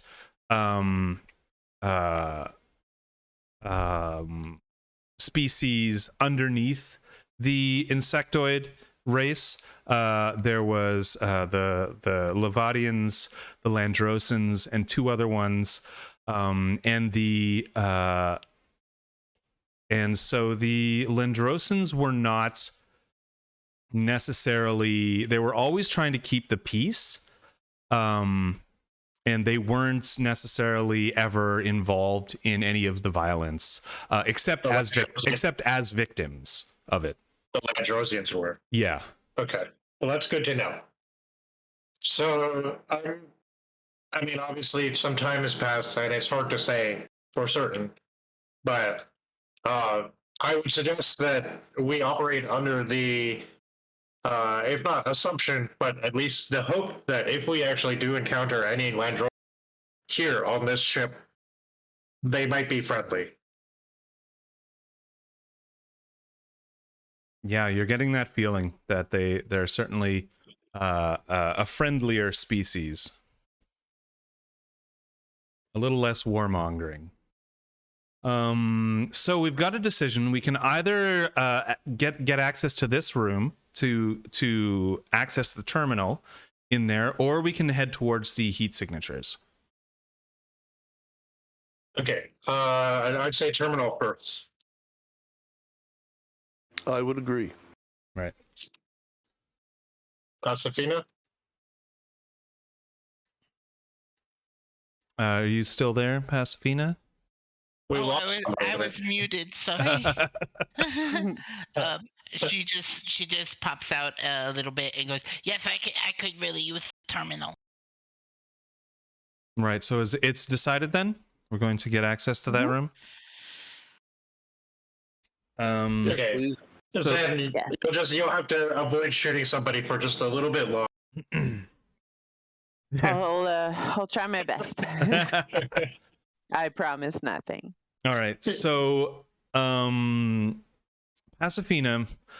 tries to open the door, but she gets an error message that is it's pressurized inside, and it's not pressurized out here. So the door refuses to open. Crap. Are there This one seems to have a pressure difference between the 2 areas, and it won't open.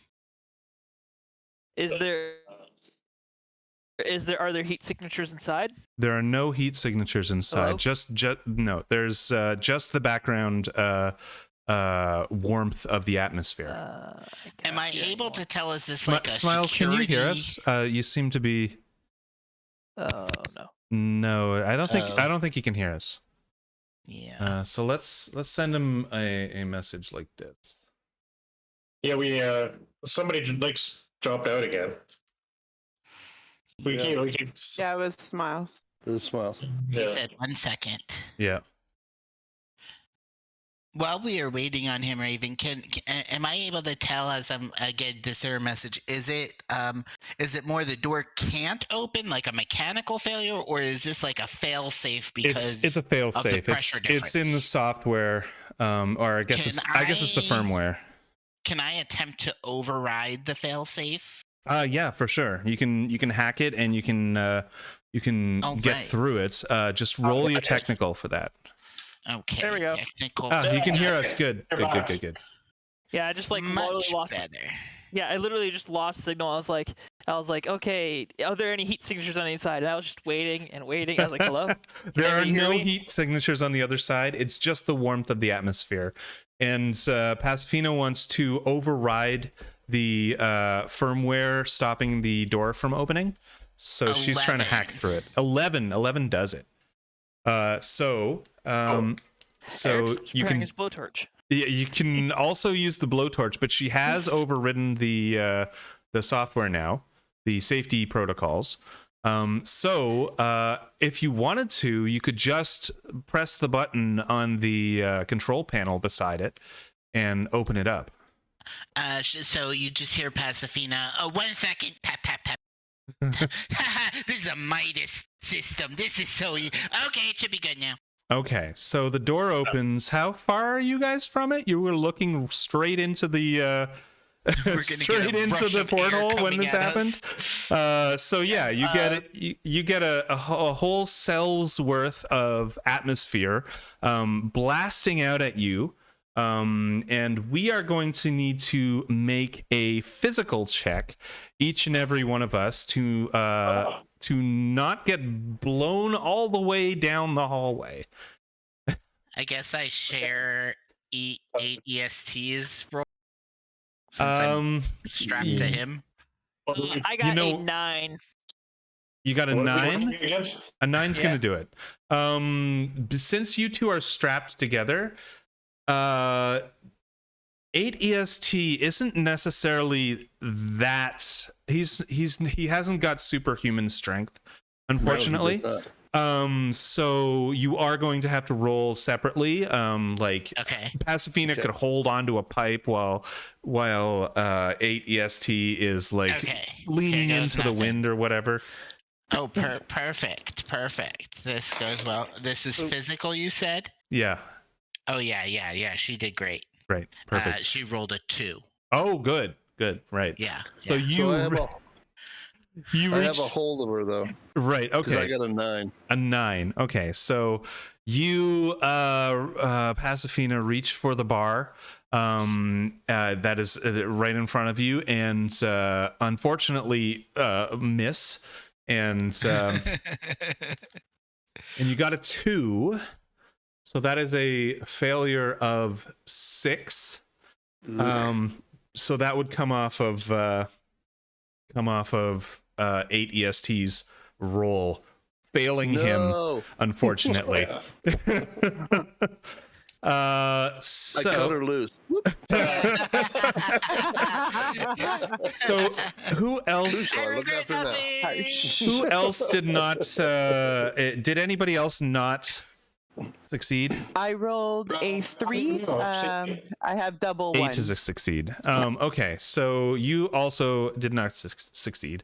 What are we rolling? 2d6. I rolled a 1 and a 5. You rolled a 5, and your physical. You're adding your physical to it. Physical. So what the fuck? Hang on. Language. Jeez. My poor ears. My virginity. I think I'm getting the vapors.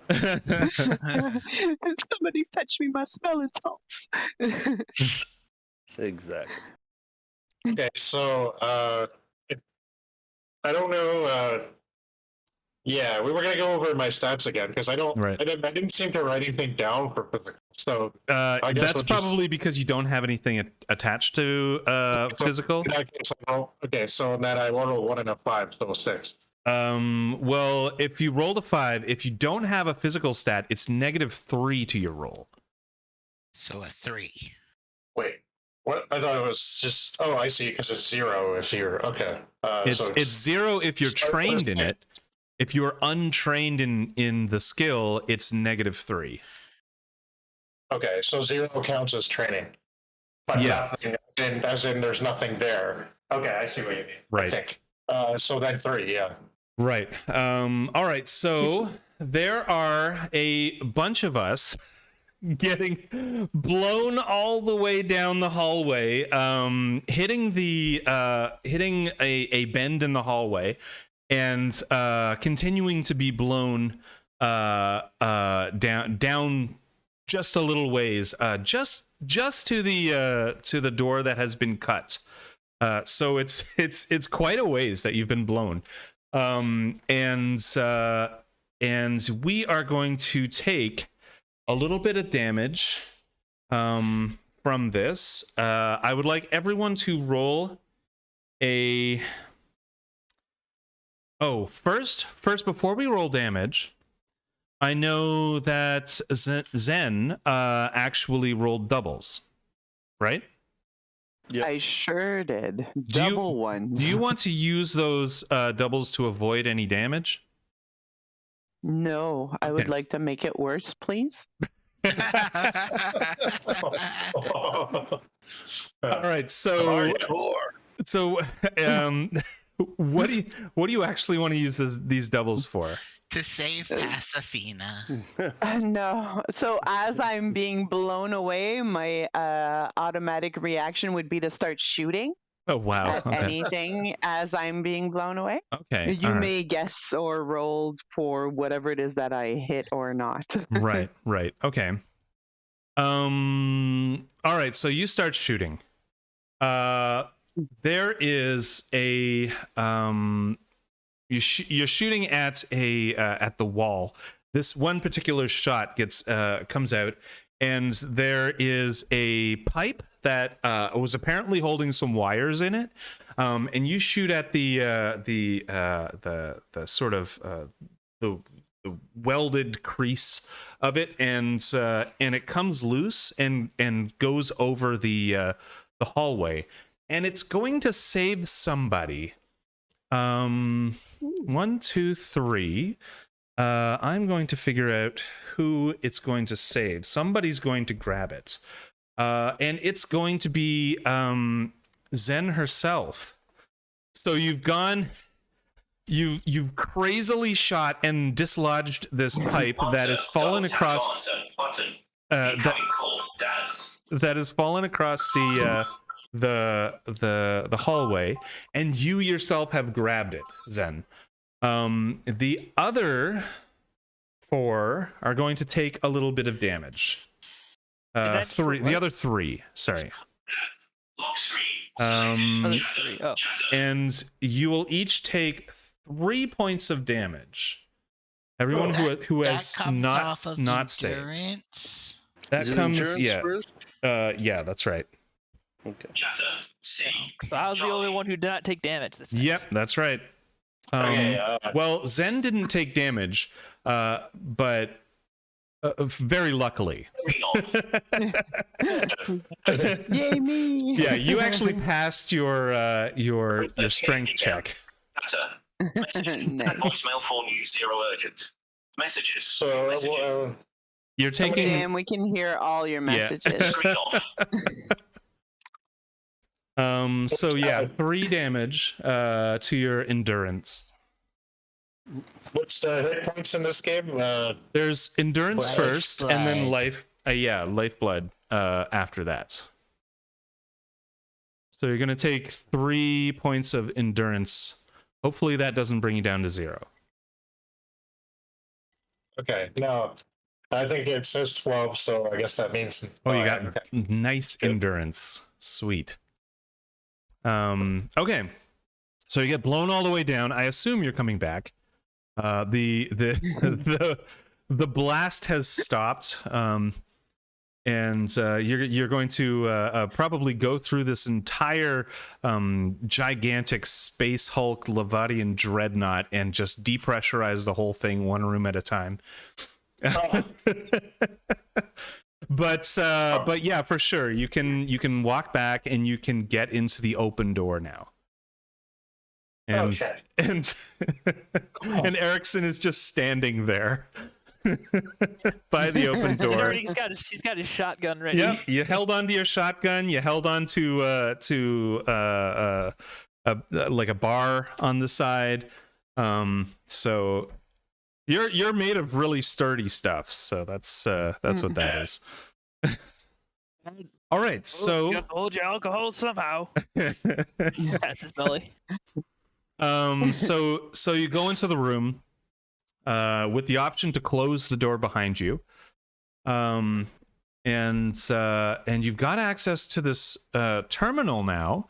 And you've got access to this room that has a lot of possibly useful things in it. Nothing that stands out as an artifact or anything, but like everyday resources that you would need for if you were like maintaining a sector of a ship.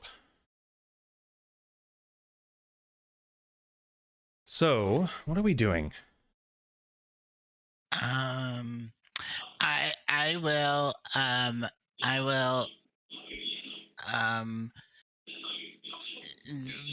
like click the two little like straps that hold me in the harness, Mm-hmm. and I fall to the ground, and I will to the terminal. Right. All right. So you fall to the ground and then go to the terminal. Okay. All right. So you've got like little is it like you've been in this seat so long that your legs are asleep? Or did you just like hop to the ground? She like she's doing like that running like before you hit the ground, so she kind of hits the ground and stumbles a little and starts running immediately. Right. Okay. All right. She's like excited to get to the computery stuff. Right. Cool. And there are a few doors in this room as well. You're looking around. There's the door that you just came through, and there are 3 more doors. These doors you can see as you pass through on the other side of this door, that the one that's that you faces the hallway. It is that same steel industrial looking stuff, but on this side it is a smooth ceramic that kind of bends into the porthole, and you can see all of the doors are like this now. There isn't necessarily a door handle or anything like that, but there are controls that are smooth and inset into the wall, and they kind of shine through the ceramic. So that's interesting. You figure this is Levadian technology, these door panels on the inside of the ceramic. Nice. All right, so you're heading off to the terminal. And what is it that you're looking for? You're looking for the well, I guess I need to offboard get a reminder. What is our main goal again of coming here? Yep.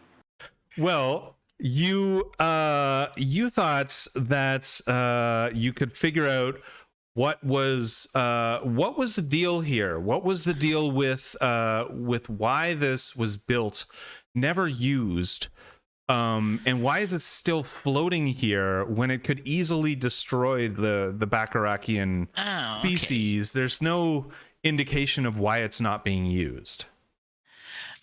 Yeah, so I guess I would I would first attempt to pull up log data of right.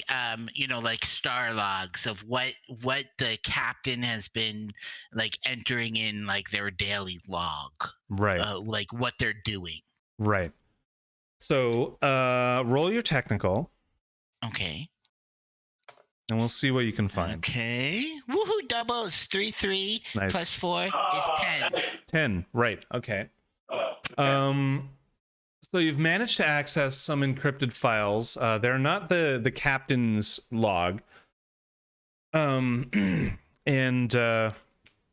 unless you use your boon to find something specific, like you want the captain's log, that is unfortunately not possible. But if you want to narrate a different boon, I will try to maybe any kind of communications that have come in, like logs of communications, like looking specifically for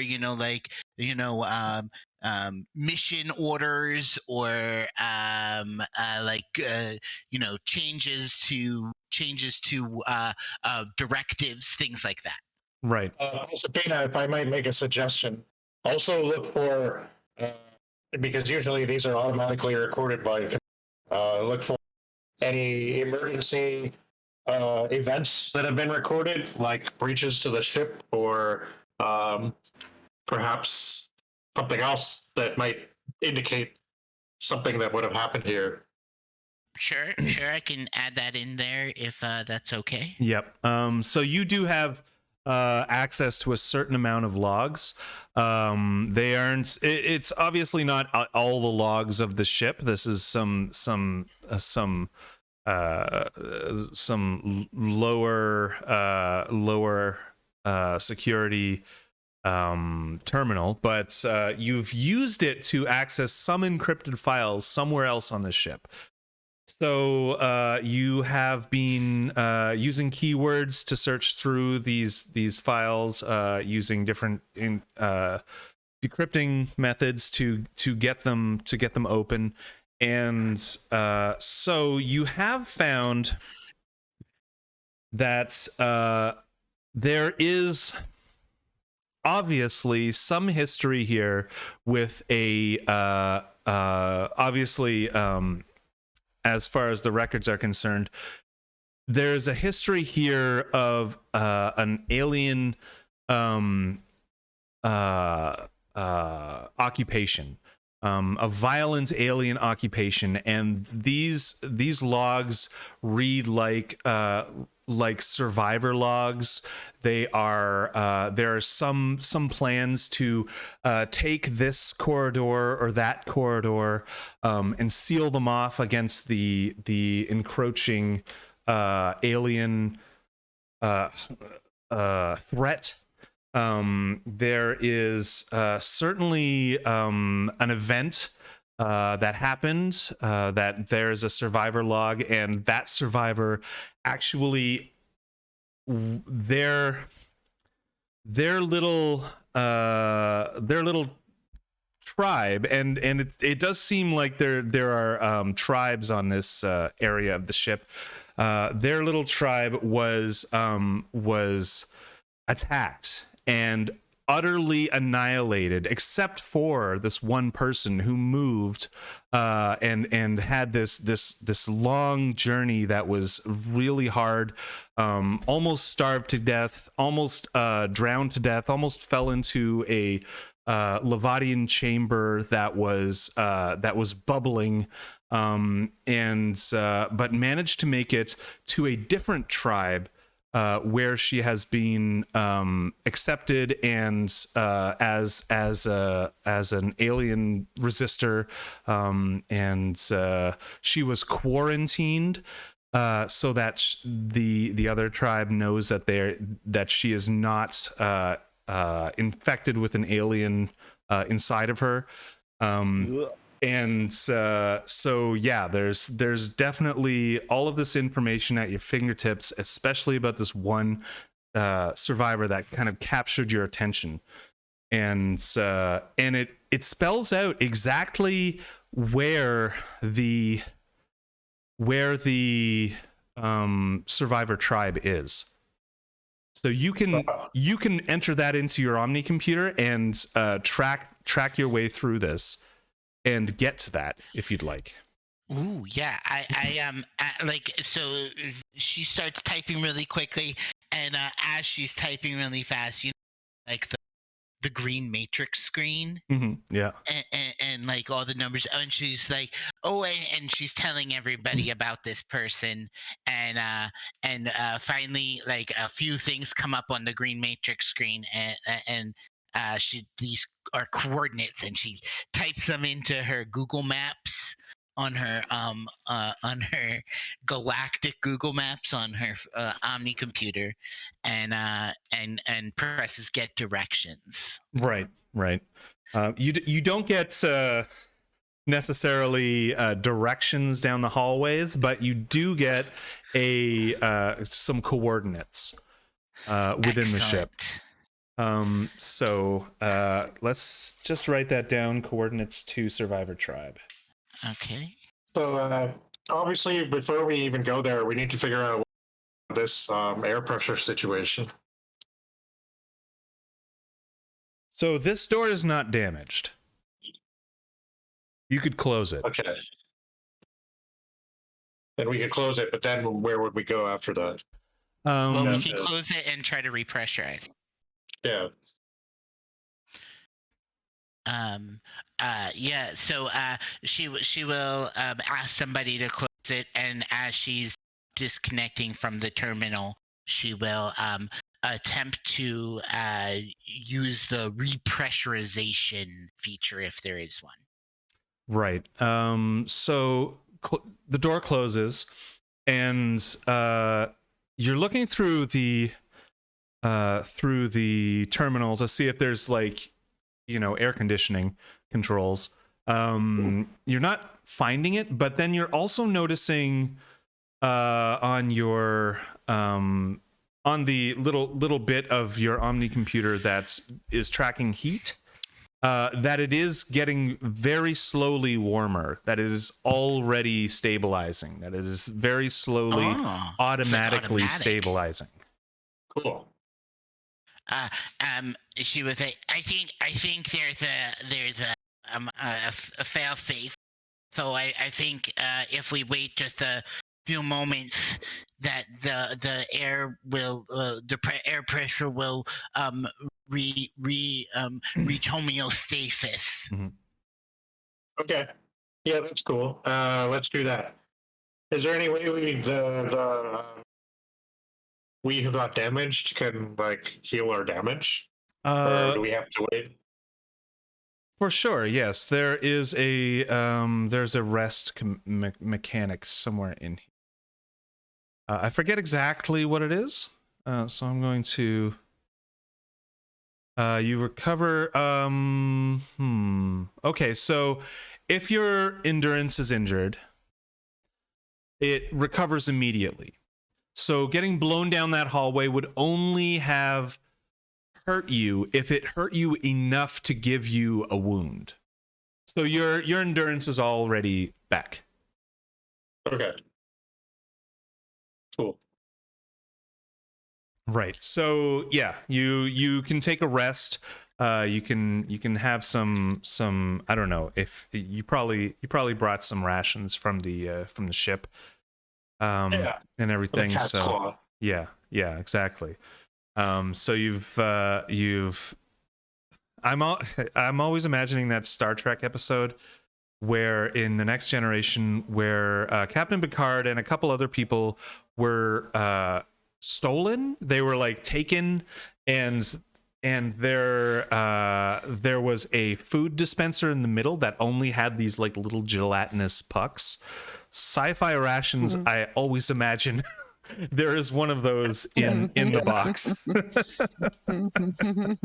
Oh, nice. Tastes this one tastes like steak and onions, and yeah. Oh, yes. Yeah. So for sure, yeah. You settle down, you rest up. It was kind of a traumatic event that you were just through, and the room seems to repressurize.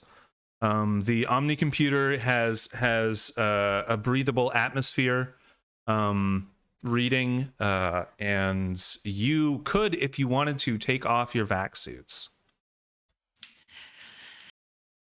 Okay. Or at least that's what the readings are.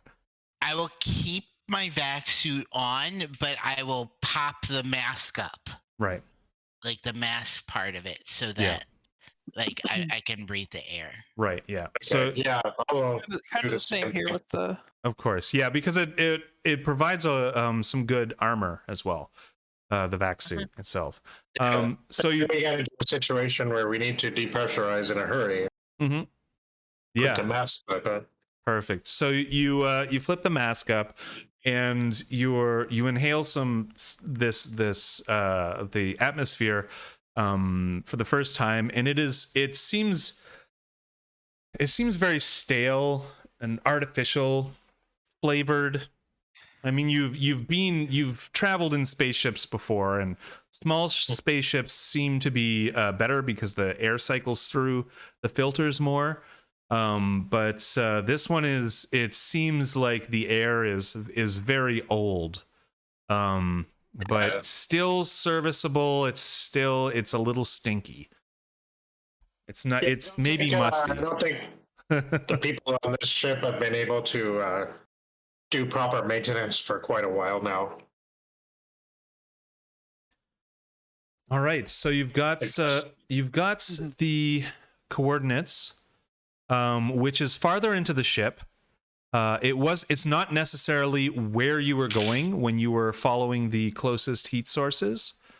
So from this point, we can either go towards the coordinates. We can continue on the way to get to the heat sources that were closest, the sort of heat spikes, the signatures of life. Or you can come up with a plan that I haven't thought of. Okay. Well, there's no reason to suppose that those survivors are still there at those. That is true. So maybe we should go to the closer heat source first before we check out those coordinates and see what's there. Yeah. And I would agree.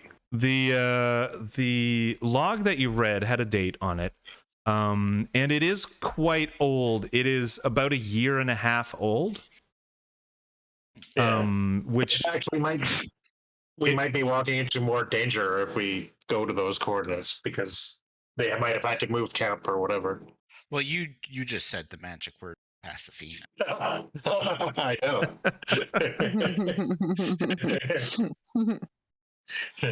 what, dangerous? Yeah. Yep. More danger. more danger is like, okay, we're not doing that. Yeah, and Not yet, anyway. you did get the impression that since one survivor camp got attacked, that it's entirely possible that this second one also got attacked. Yeah, that's the path of least resistance in her mind. Right. So you want to keep heading towards the closest heat signatures? Certainly. All right. So there is. I assume you don't want to go out into the unpressurized hallway again. You want to make your way. There are 3 other doors in this room, so you can absolutely do that. And just as you're getting ready, I would like you all to make a knowledge check. I do not have knowledge. Okay. What? Okay, would so that you be would like a be at -3? -3. 2d6 -3. I got a 5 then. Okay. I got a 1. A 1. I got a One. 7. A 7. Okay. I got a 6. A 6. I know everything. I got 12. 12. Nice. Sorry. So You're supposed to get 8. 8. yeah. Way to that's- flaunt It's it. my only thing I can do is knowledge. So. Okay. So Go you ahead. 8 EST, notice from the corner of your eye something move in the hallway that you came from, through the portal, you see something. You just see a motion, and then you turn your head, and it's gone. Uh-oh. Pasavina, Yes. could you come over here for a moment, please? Oh, certainly. I pick her up and put her in the seat and strap her in. I instinctively start looking around nervously. I say to the rest of them, I believe there is something in the hallway behind us. Is there a way we can shut the door? Pasifina begins running away from the hallway, but is still bolstered in the seat, so she's just running in midair. Yeah, just see legs. So the door is shut, but it is not necessarily locked. You overrode the safety mechanism there. Pasavina, could you re-engage the locking? Could you re-engage the locking system on the door, please? Oh, that's a smart idea. And she will attempt to do that, re-engage the lock. Right. So you already know how to do that now. So you're familiar with the technique, and you re-engage it fairly quickly through the Omni computer, and your that little panel through the ceramic blinks a little bit, and there's a little symbol that comes up and then fades away. And you feel very confident that it is locked now. And there is, right after you lock it, there is a definite attempt to open the door through the control panel on the other side. So you hear the click, and she says, "Okay, it's locked." And then you hear the door try to open, and then you just hear screaming. Yeah, it does. I turned the door on a microphone. the door doesn't like resist against its locks or anything. There's definitely the software is stopping it from opening. So there's like a little red symbol that pops up, and on the control panel on this side of the door, but also on the Omni computer. Since you're hacked into the security system, you can see that it is definitely coming from the control panel on the outside. They're there. It's actually an attempt to use the controls and not to like force the door somehow. So I don't know. We don't know anything about these invading aliens yet, but I feel like they might not be the ones to do that. I mean, we don't know for sure though. There's no like security cameras, are there? You haven't seen any cameras around, no. And switching back to the more specific temperature scanning equipment on the Omni computer, you do see now that there are two heat sources outside of the door, obviously trying to stay hidden. I will save all your. You just hear past the fiend saying, "There's two of them! There's two of them! Oh my god! Oh my god!" Okay.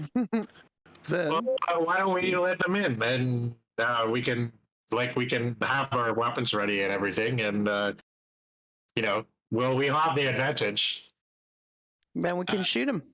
As you say, let them in. The screaming stops, and Pasifina has gone unconscious. I take out the EpiPen.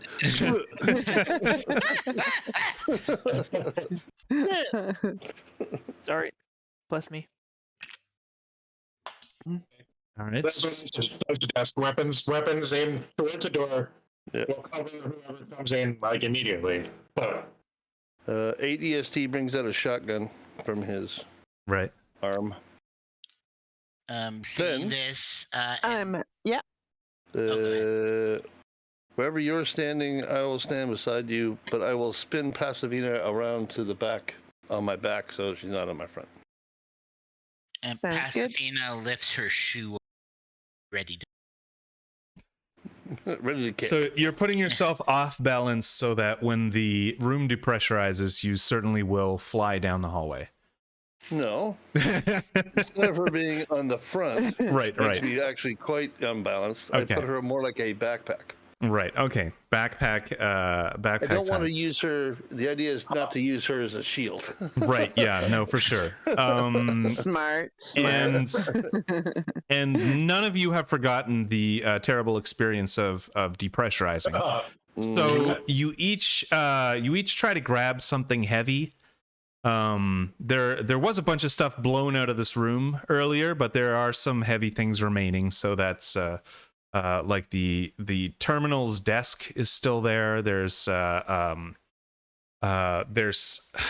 stuff that's kind of been bolted into the floor. So there like machinery and stuff. So you can grab something as you open the door. And we've got our weapons drawn. And If we I are. could, sorry to interrupt, but I want to make sure this happens before anything else. You're saying the desk console is still there? Yeah. I'm going to move in behind it, so when the air sucks out of this room, the console is in the way.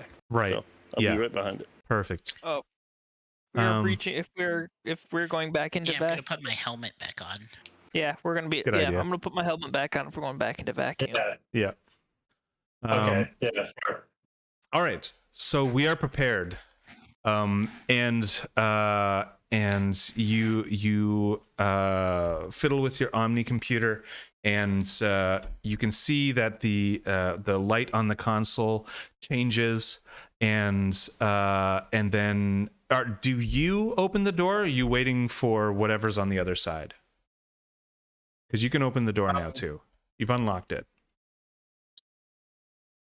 That's for Pasifina. From the console, right? Like we don't have to actually go to the door. No, Yeah, you can do that remotely. Yeah, so we should open the door from the computer console. I will. I type it already and have my finger hovering over the button, and I'll just say, "Tell me when." Okay. And I mean, now.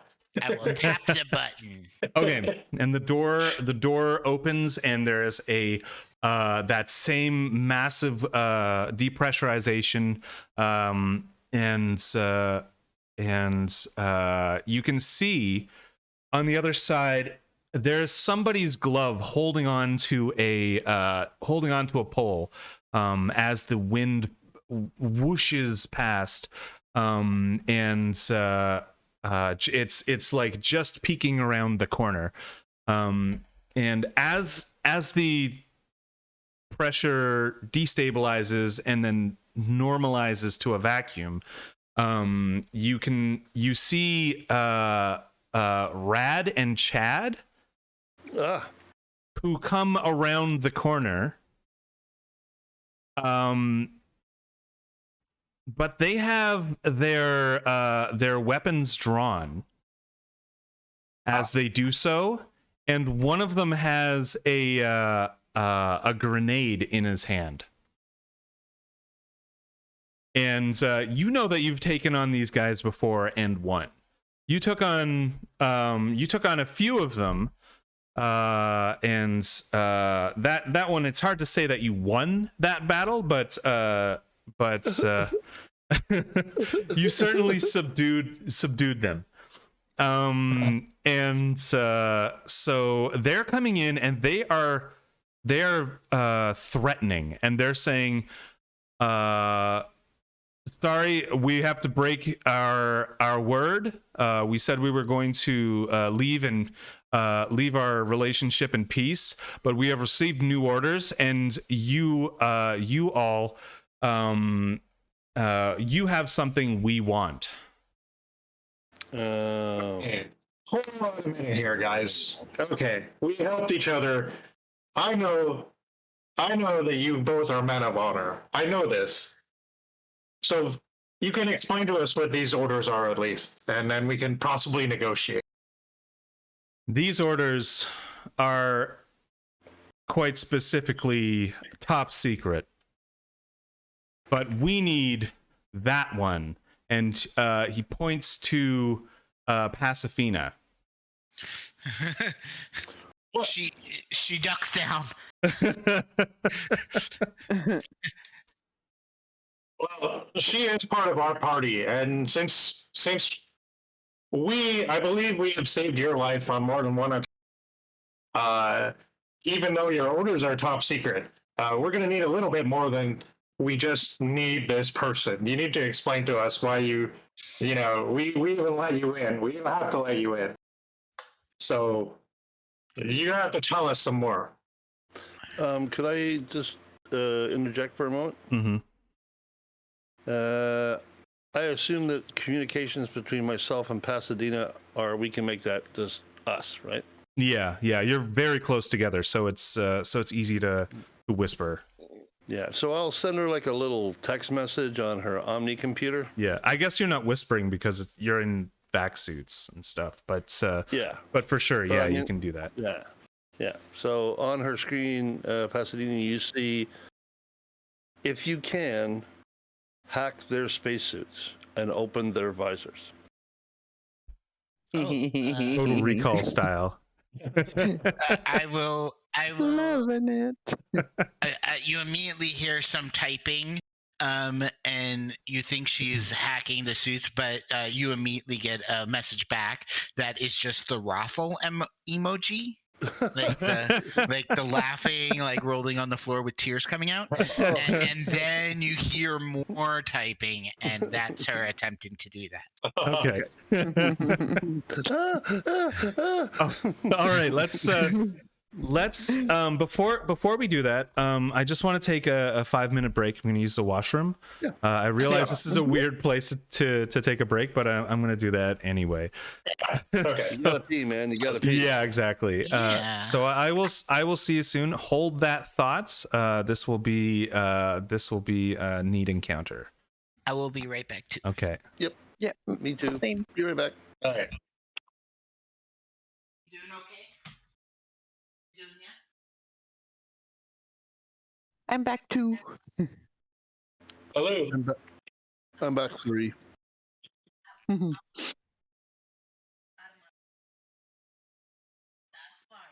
right here.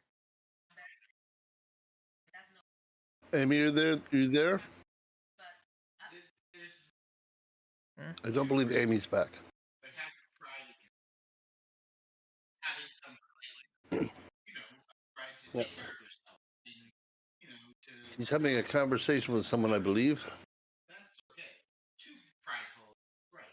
Well, you say I never kick you out of the house. You let me want it. That's not too proud. I'm not going to be treated.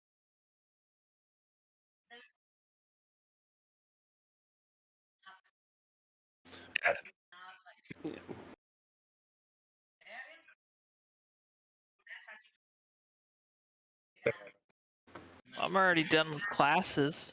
Oh yeah, completely, that's so- right. Yay! That's good. Yay! Congratulations. Mhm. So what are you doing with your time off? Probably gonna be making maps, Right. building stuff for RPGs. Right. Yeah. I haven't decided too much, but I just think about doing something like that. Mm-hmm. Yeah. Well, that sounds great. Yeah. What were you studying again, Smiles? Computer engineering. Oh, right. I agree with you. Right. Did you have a good semester? Did you pass? I passed all my classes. Wasn't particularly happy how I passed one of my classes, but I passed them all. Well, that's good. That's a good start. Hello. Hello. You're back. Hello. All right. Passing is the important thing. Yeah. All A's and a B plus. So. Yeah. Okay. There you That's go. great. Yeah. Good No, that's job. good. Now, what do we need to do to get that B plus to an A? It's done. It's a B plus. That's, Questions, what questions I more joke, carefully? but that's exactly what my father would have said. Yeah. Good job. Now, how do we get that B plus an A? Get off my Read ass about questions it. That's how. carefully. That's my answer.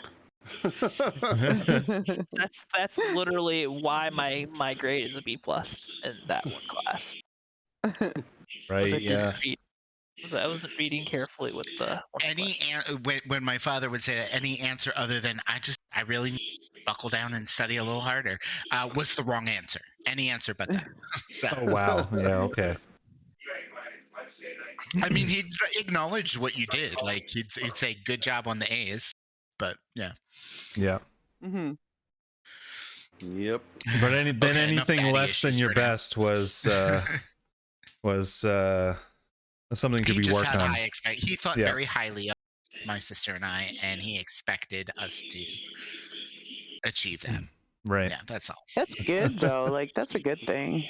No, Sometimes. yeah. Believe me, I just have to be cautious with my nieces because like I find myself doing this like same thing, and they obviously don't need super pressure in elementary school and Oh, middle yeah. school. Right. Yeah. In elementary school, it might be a little bit early. Yeah. So I'm having horrible flashbacks to my father. All he would do is go, "Son," Oh my god. and that would be the end of the Yeah, conversation. exactly. Jesus. I'm not mad. I'm disappointed. Disappointed. Oh, that's the freaking That's worst. he the wouldn't even- killer. But he wouldn't even say that. He'd just tick and sigh and then go, Yeah. "Son." Yeah. It's like, I'll just go back to my room now and cry, Yeah. feeling insufficient and insecure. Anyway, happier times. Disappointed was better on daughters. Because you never wanted to hear disappointed. No. Yeah, no way. Yeah. No, That was my sister was a go-getter. But anyway, shall we move on to trying to kill these individuals? we have definitely decided that their lives are no longer were they're these dishonorable intergalactic cops are not even worth talking to anymore. Let's just open them up to the vacuum and and let the cold embrace of space take them. So I guess that's what we should have done. I'm going to give you some. I'm going to give you some insight to EST's thought process. They said that they need to get past Safina. That's not going to happen. Yeah. Ever. Yeah. Oh, just they not. That's why they brought a grenade in. I will say if it is possible to do this in the first place, and if it's not, I understand that. But if it is, I will also try to also have it ready so that like I could undo it, like put their mask back down or something. Once like they get to the point where they like pass out or something, or yeah, like I'm not sure. I don't want to kill them. I just want to incapacitate them or make them non-combatant combat. So open the shield and close the shield. Open the shield, close the shield. Their spacesuits are slightly different from yours. Their masks are manual. There's a dial on the side. But they're you figure that there are ways to depressurize the suit. You're just going to need to hack their suit with your Omni computer. I will attempt to do that. Sorry, go ahead, Pasmina. Oh, I was just saying I will attempt to do that. That's DM. Yep.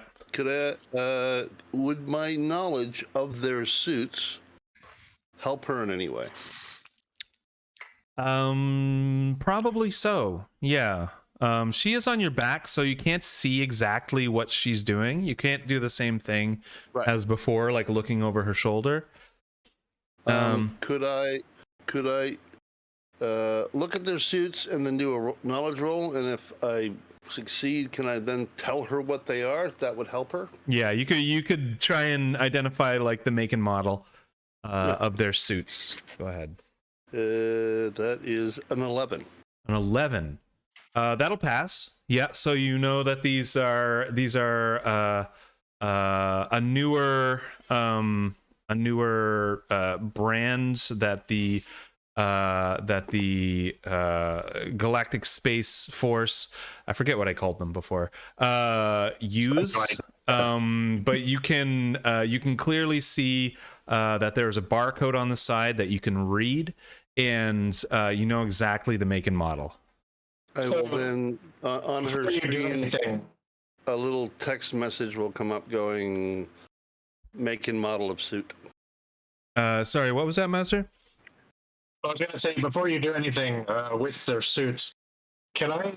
Is there any way like I could roll with social to like basically shame them into either feeling so bad that they make a mistake or that they like tell us something? Right. So you were already trying to do that. You were calling them dishonorable and that kind of thing. So I'll let you make that social roll before the decompression roll. Okay. So why don't you do that? All right.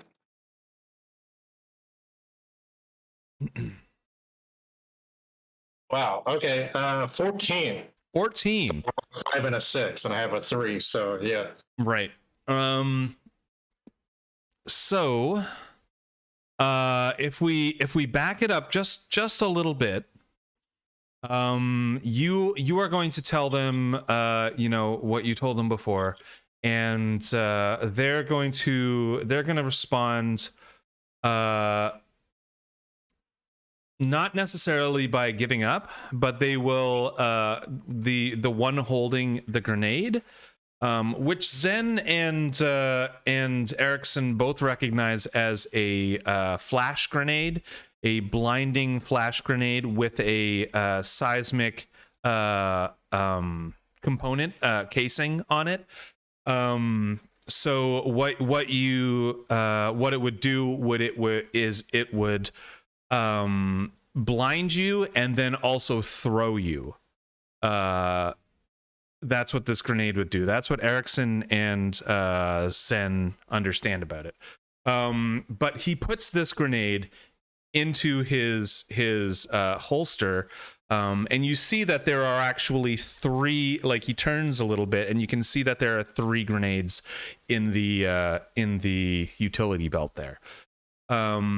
So you didn't actually succeed in swaying them from their orders, but you've given us a bit more of an advantage because they are feeling a little bit guilty about betraying you.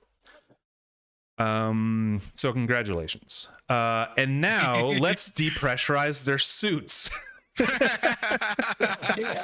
So you understand exactly why these things are the way they are. They are manual in order to be a little bit hack proof, right? But there are computers on them.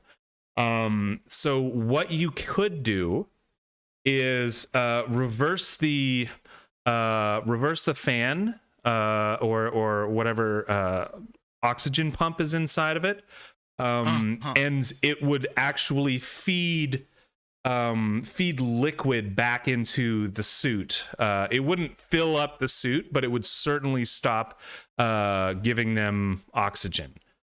Would I know this process to be reversible if I This process is irreversible.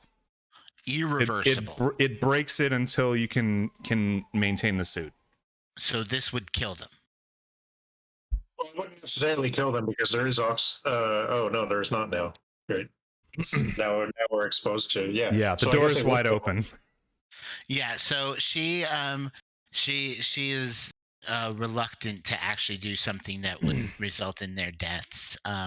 She is a pacifist, Right. So she will continue to look for alternate methods, if any, and if there isn't, she will look to see if there's an environmental like hazard or interactable of some kind that might distract them or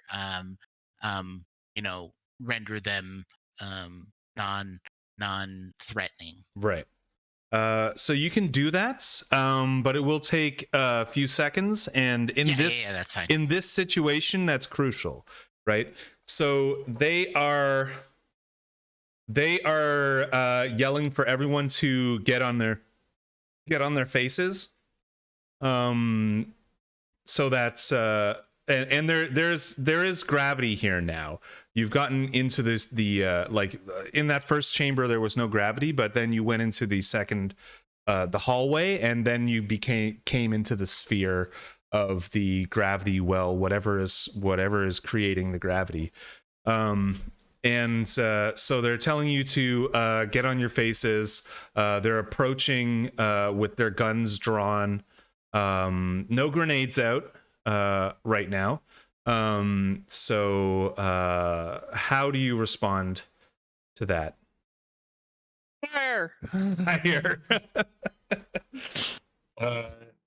I say, hey, you guys, you've exposed yourself to alien parasites. You know that you're going to get body rot soon and die horribly.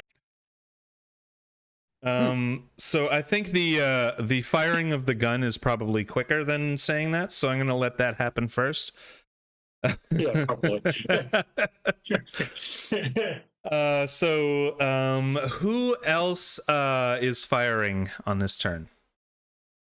Me. Yeah, okay, of course. I thought so. Let me just set up a little. She's been wanting to all day. Yeah, right? exactly. Let me just set up a little little grid. Zen has gone like 2 or 3 sessions without getting to shoot something. Yeah, exactly. It's horrible. An 8 The on my pain. phone. Could I horror. shoot after Candy Trap? For We sure. could shoot at the same time. Oh, dream. Because I know there's Chad. Pasadena.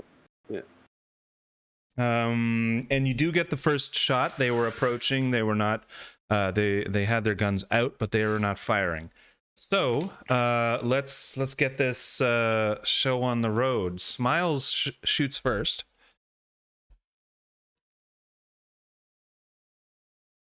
Sorry, Erickson shoots first.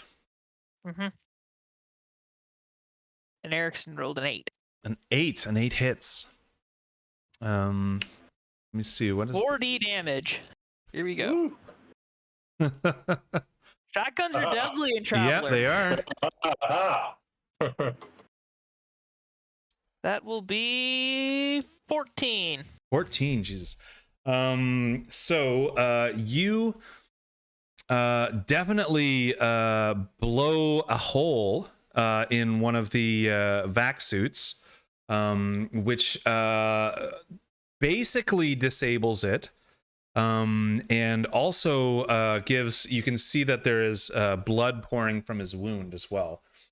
If we're going by Rad and Chad, they're left and right. I just hit Rad. Right. Okay. So I'm gonna need to roll these life points.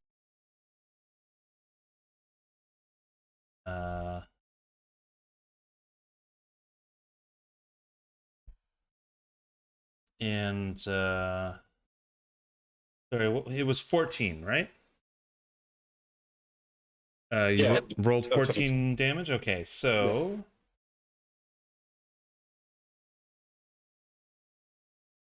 all right. So Brad is hurt, and he has sustained a wound, and also his vac suit has basically depressurized. It happened like instantly. And luckily, you know that there's ways to sort of fix it temporarily. There's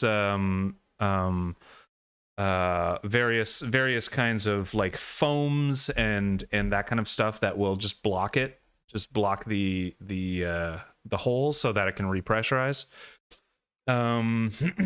So that would be Oh, how many shots do you get on that? That is just one shot for the shotgun, right? Yep. Yeah. Cool. I assume it's like a pump action. It's probably got like 6 shots on it. So. Yeah, I just mean like per round. It's not automatic. All right, so that means that it is Zen's turn. Yay me. So do you want to shoot at Rad, who just got hit, or Chad, who has not been hit? Who's holding the grenade? Rad was holding the grenade. Anymore. It's in his utility belt now. He was guilted into not using it. Okay, I will shoot the Chad. Mm-hmm. And what are you shooting with? My Gauss rifle. Right. Okay. Okay. Well, I have a 3, 4, 5, 6, 7, 8. 8 for my first shot. Yeah, that hits. Oh, does it really? Yeah, 8's. That's exactly what you needed to hit. Sweet. All right. So first shot is 6, 11, Jesus. 13, 14. Oh. All right. So 14 points of damage. Candy, 8 is wheat, right? Yeah, wheat. Wheat. I did it, wheat. Nice. All right, so he also depressurizes and gets a wound. You've shot him in the shoulder, and that was the Gauss rifle. So there is now a red hot rail sticking out of his shoulder. And I have a second shot. And you have a second shot, yeah. How bad does Rad look? Rad looks pretty bad. He's been wounded. He is bleeding. He is depressurized. He is not having a good time. So both of them, though, Rad and Chad. Can we speak? Like, I mean, I know we're sort of in the middle of combat, but do we want to keep at least one of them alive for a little while so we can find out what these orders? Well, I don't want to kill them. I just want them to drop the grenade and to drop their guns too, but mainly to give me the grenade. Oh, maybe they'll. Well, they have a whole thing. Okay, so can I'll take them out. Can I persuade them to drop their weapons now that they're? Not that I don't necessarily know that they'll do that, but it's worth a try. Yeah, like, can I don't know if that would work that way. Can I hold my second shot? Yeah, of course.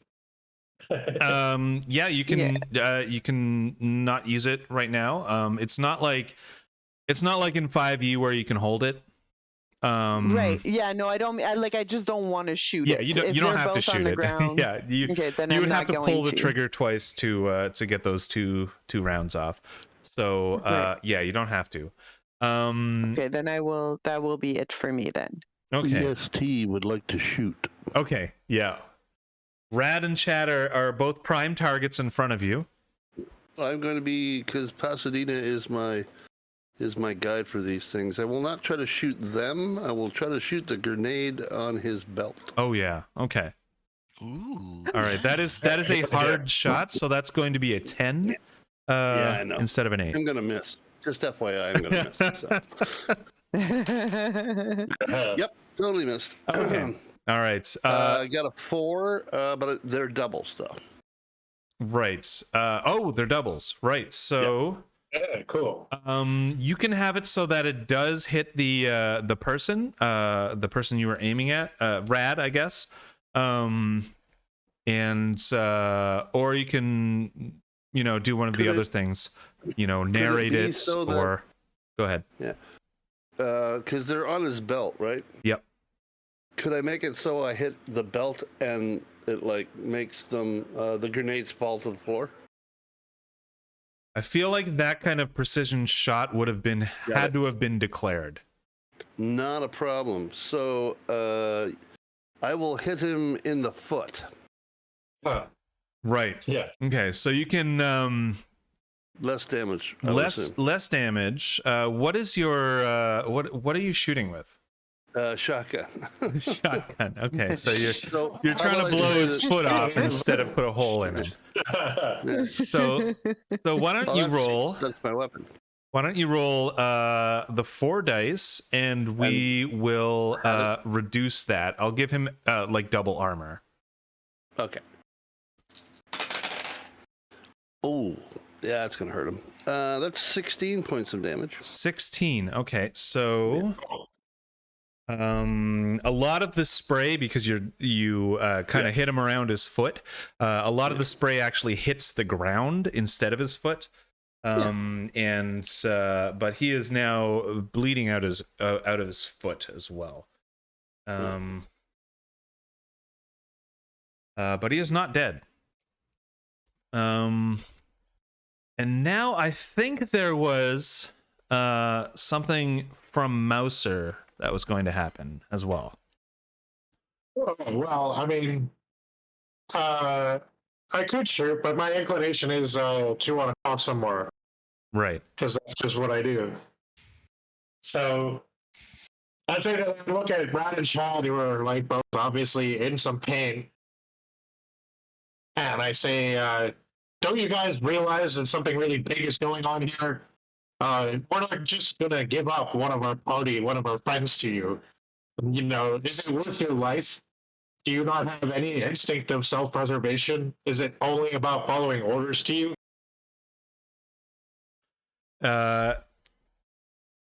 Roll your social. This is going to be hard. I know you have a lot of social, but this will be hard. This will be a 10 plus. You don't want it to be so easy. Because these people were genetically engineered by their police force in order to do exactly what you're questioning them about. The pop's grown in a vat. I didn't know that. Okay. Yeah, they're like extra big, and they've been basically given life by the security industry. Okay, so 10.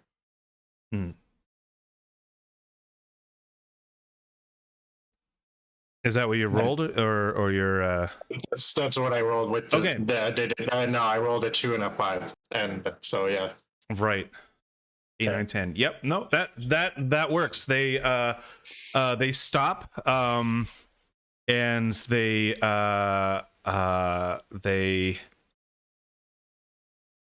one of them says to the other, "We must retreat."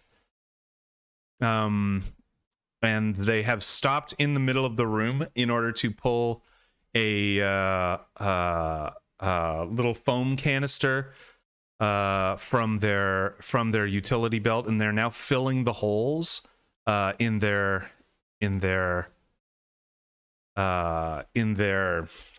suit.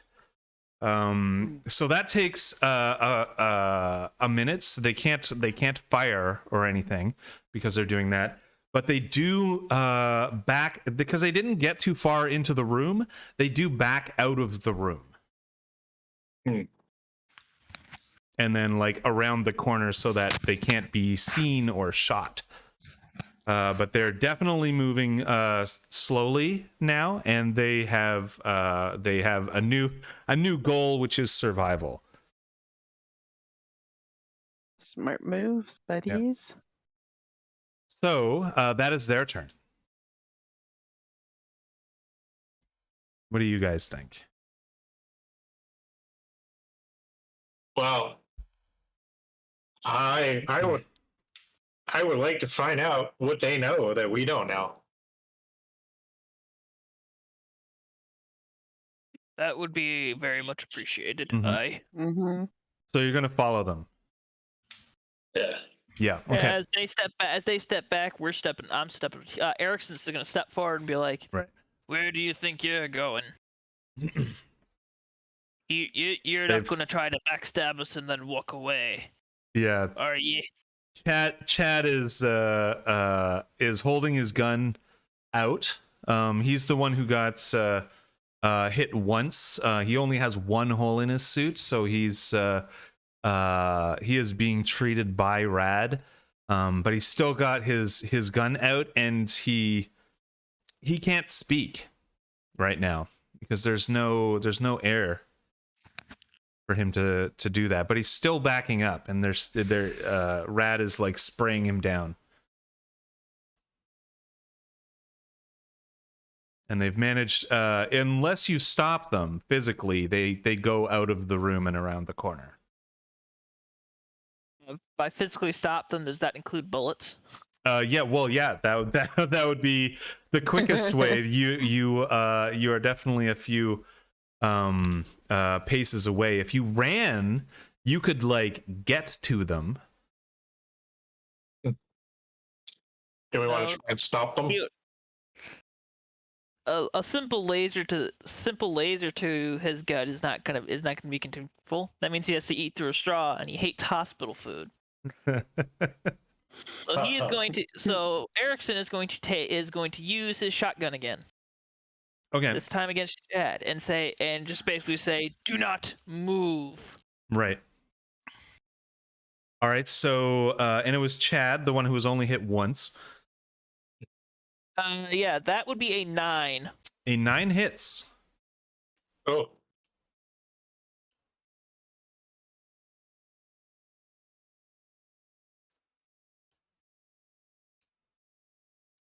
So what is the damage on that? Ouch.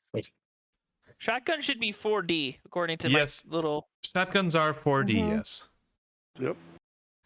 Wow.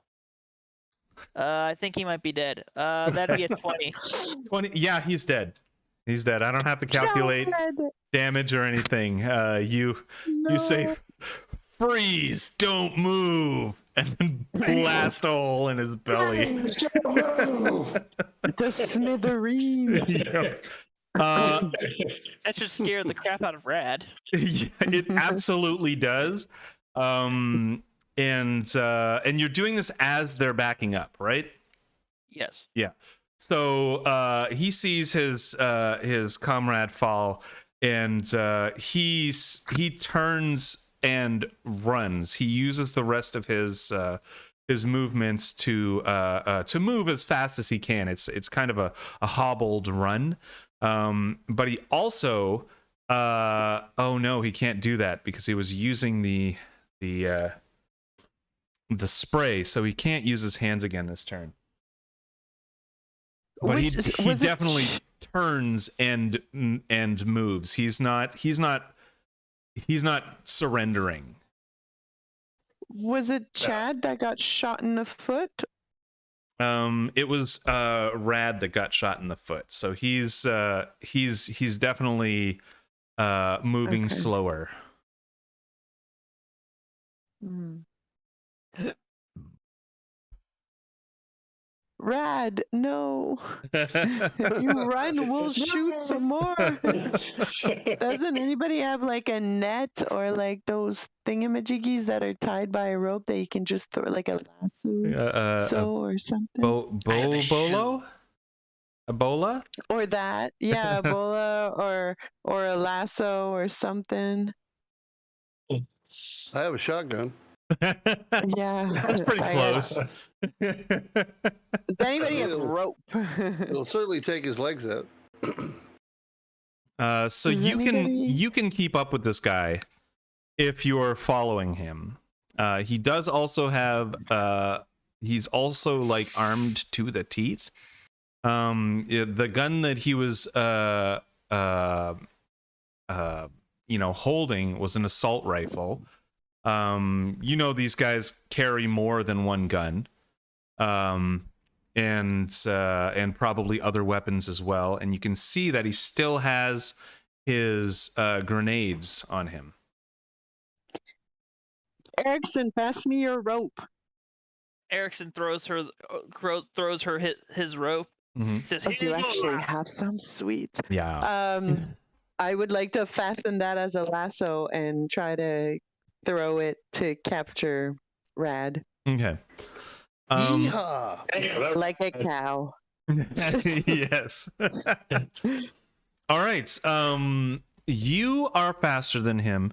He is moving away from you this whole turn. So I'm saying this because I feel like tying the knot and lassoing him would be 2 turns. Right. So you'd have to move to the hallway as he stumbles down the hallway to do that. I will definitely do so. Okay. So let's get a combat roll from you then. Oops, sorry. 6, 7, 8, 9. What's this? 12. 12. Sorry. Yeah, for sure. You managed to lasso him. And he doesn't have time to react. You pop out into the hallway and you lasso him, and his arms like stick to his sides, and he falls down because he's already his foot's already hurt, and his assault rifle skitters off, and you can definitely see that he has a gun in his utility belt. He has a knife stuck to the side of his leg. He has the 3 grenades, and maybe something hidden on him somewhere, but you can definitely see he is armed. So he falls down.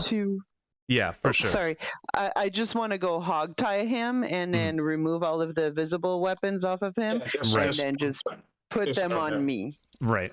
I now have a knife and 3 grenades and a shotgun. And I grin and I say, "Look, see, that's what you get." Absolutely. And he tried to resist, but he rolled a what was that? A 7, which is not enough to resist. So you do all of that, disarm him, pat him down. There is in fact you can feel like a long hard bit in his shoulder, just under his shoulder on his arm, and you see that there is a little piece of his uniform that you can tear away and extract a scalpel from. So there was a secret knife in there. Yeah. And so yeah, you definitely have. Hopefully, you have disarmed him, and he is at your feet. He has successfully sprayed down his suit, so it is slowly repressurizing. It repressurizes pretty quickly, actually. You can see it sort of go from this hollow look to a sort of more normal vac suit look. If I may, yeah. As I find the scalpel, I turn to Rad and I go, "Rad, why didn't you tell us you were studying to be a surgeon? We would have totally let you go. Come on, man." As I pocket the scalpel. Mm-hmm. Cut off his fingers one by one until he tells us what we want. Are you kidding me? That's super mean. No. It's okay. We don't play like clerics of Lysander in this game or anything, right? So it's fine. We're not animals. Whatever gets the job done. All right. So, are you going to pull him into the room and have the room repressurized, and then sort of get the information out of him over time, or are you going to blast this guy with threats here in the hallway, and hopefully he just blubbers it out? No, we should do it. Erickson's going to simply answer that question by literally throwing him against the wall. He's like, "Now, I want you to understand here." And he kind of leans down. And even though he's stout, he's looking imposing. Mm-hmm. Big, burly kind of belter dude. So he kind of looks imposing. He says, "Now, with us belters, we have a very good sense of camaraderie. You sit together, we dine together, and we die together in those treacherous asteroids. Mm-hmm. Now, we have had come to an agreement back on the planet, on the back planet side. And now that you have betrayed us, so you will answer all of our questions cleanly, or we will tear you limb from limb. Yes. This guy is quite big. You can do that, absolutely. You're strong too. This guy is genetically engineered to be large and burly and stuff. So you're doing that, knowing that if this guy were at health, you would it would be a fair fight.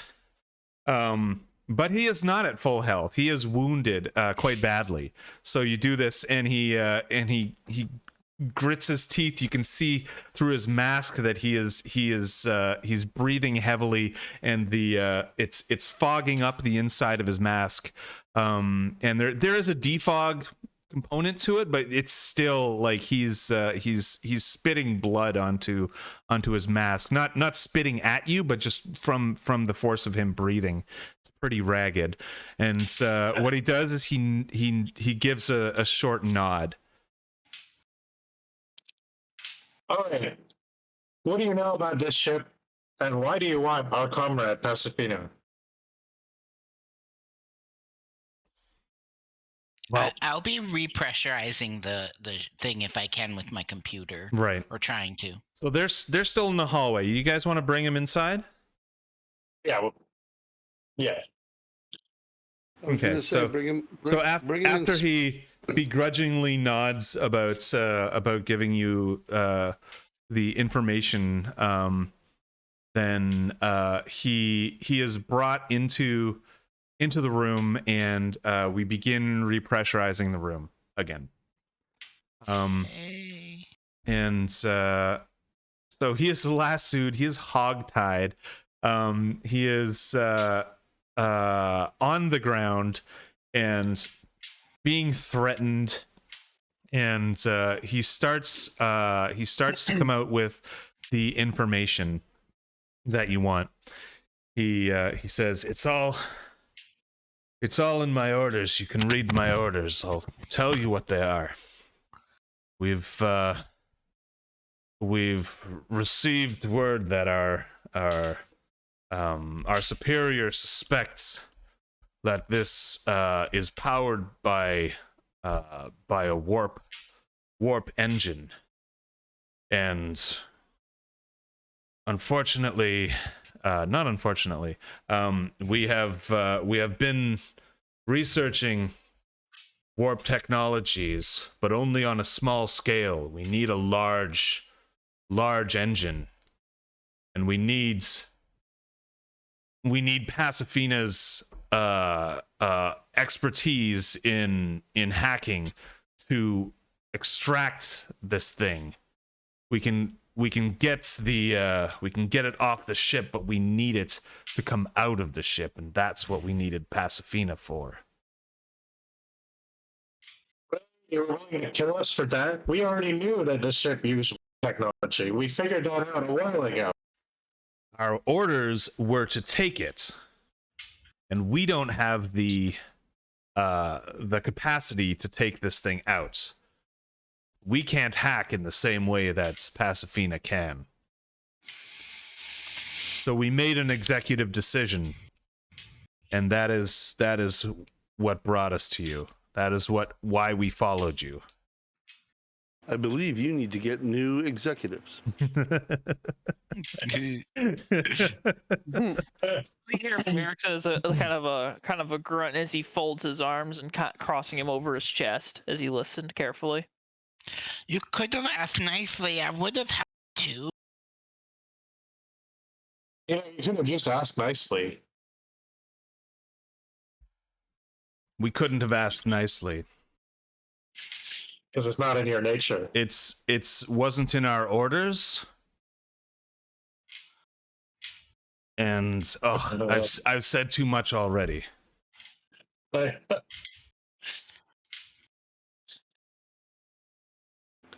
I think we should find an airlock. Yeah. Jeez, ADST. Like, what is this? Are we a band of crooked crooks? He's in a He's- spacesuit. He's still Someone will willing. find He's him. still willing to die. He has been socially coerced, as well as physically coerced by you guys to spill some information.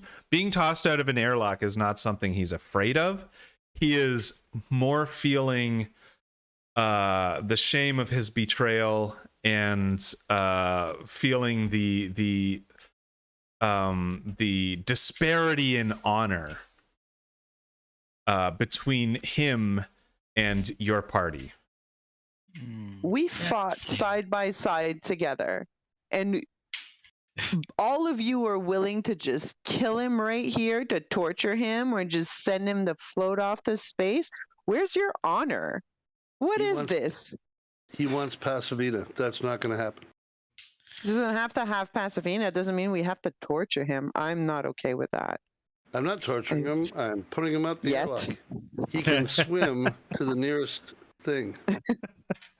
I am imagining that swim. that comic swimming through space action. Search their own honor when they decided to attack Yeah. us without reason. Yeah, I could lean Well, they out the didn't air- attack. I could lean out the airlock and throw him towards the planet, and he'll eventually get there. I understand that we acted Terrible. dishonorably and we are paying for it now. Just end our lives and let's be done with this. Or end my life. His No. his is already. That is what you wish. Take us to your leader. Take us to your leader. That's my go-to phrase. Yeah. Take us to your leader. Where is your spaceship parked? It is parked outside of the breach that you parked outside of. Let's go put him on a ship and disable his ship. And just keep them there. Better than being on here. Well, we better disable the communication system too. Well, I meant, yeah. Like leave the oxygen and what are they called? Oh God, life support. Life Leave support. that going, but everything else gets shut down. Yeah. You can give him maneuvering thrusters. Nope. Then No one ever thrusters. That way he could get back, but it'll just take him like a week.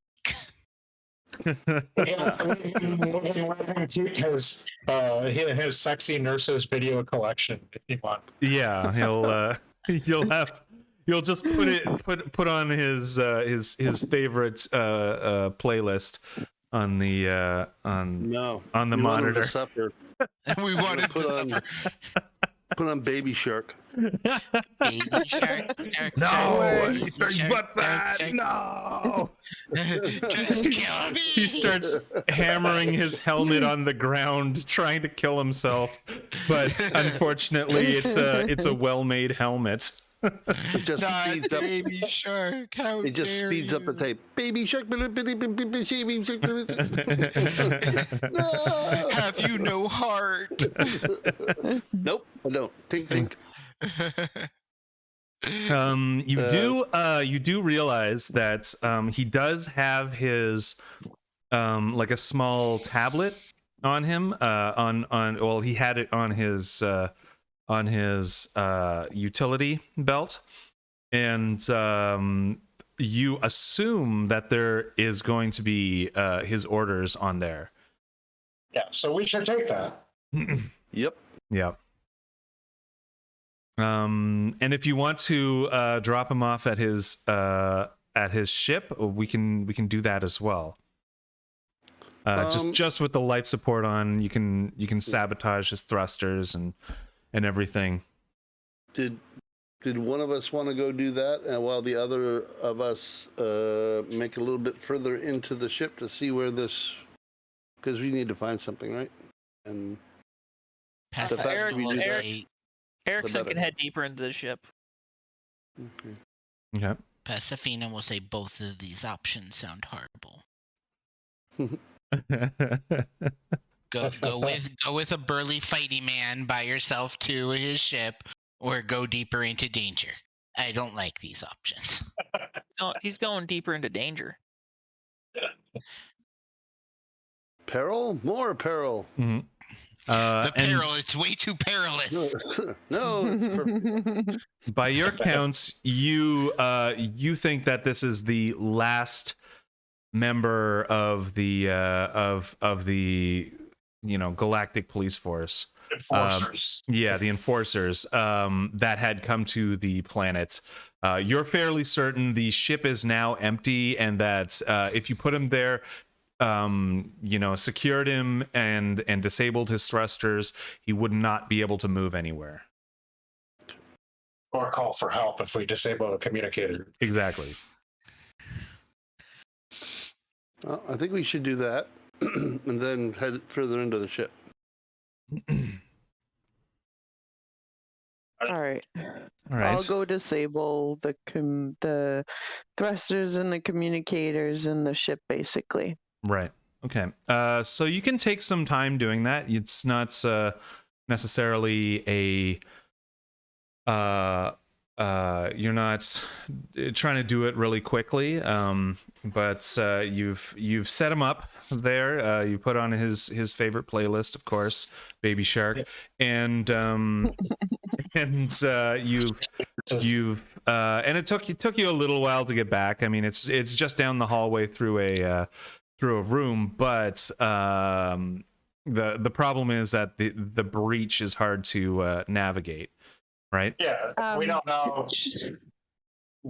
Well, one has to navigate when you're out in space to wherever their ship is. Yeah, it's obvious when you get out there where it is. They literally parked it like beside your ship, which was right beside the breach.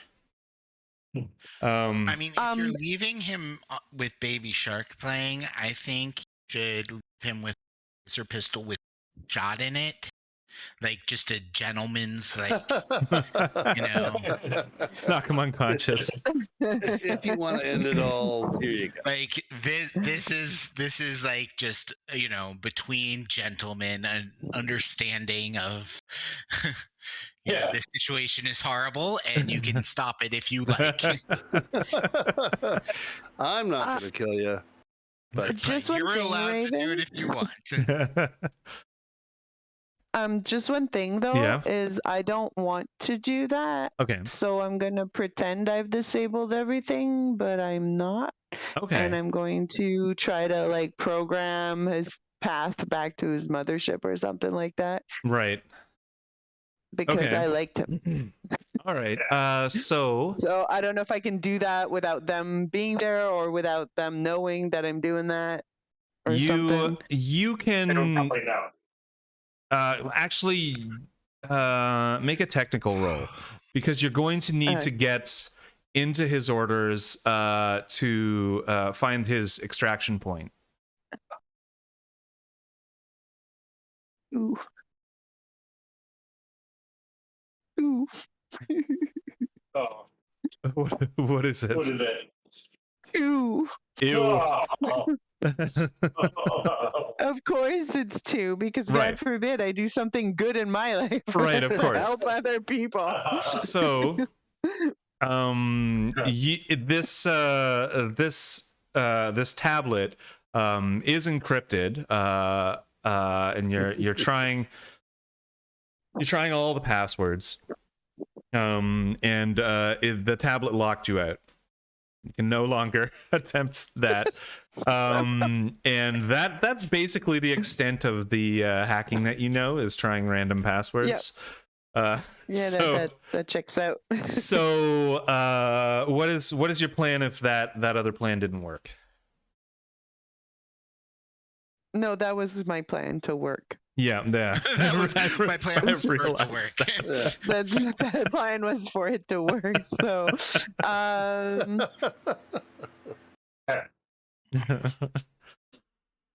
All I right. have in my head Uh, that you program it to where you think it should go, and it just sends them off into space.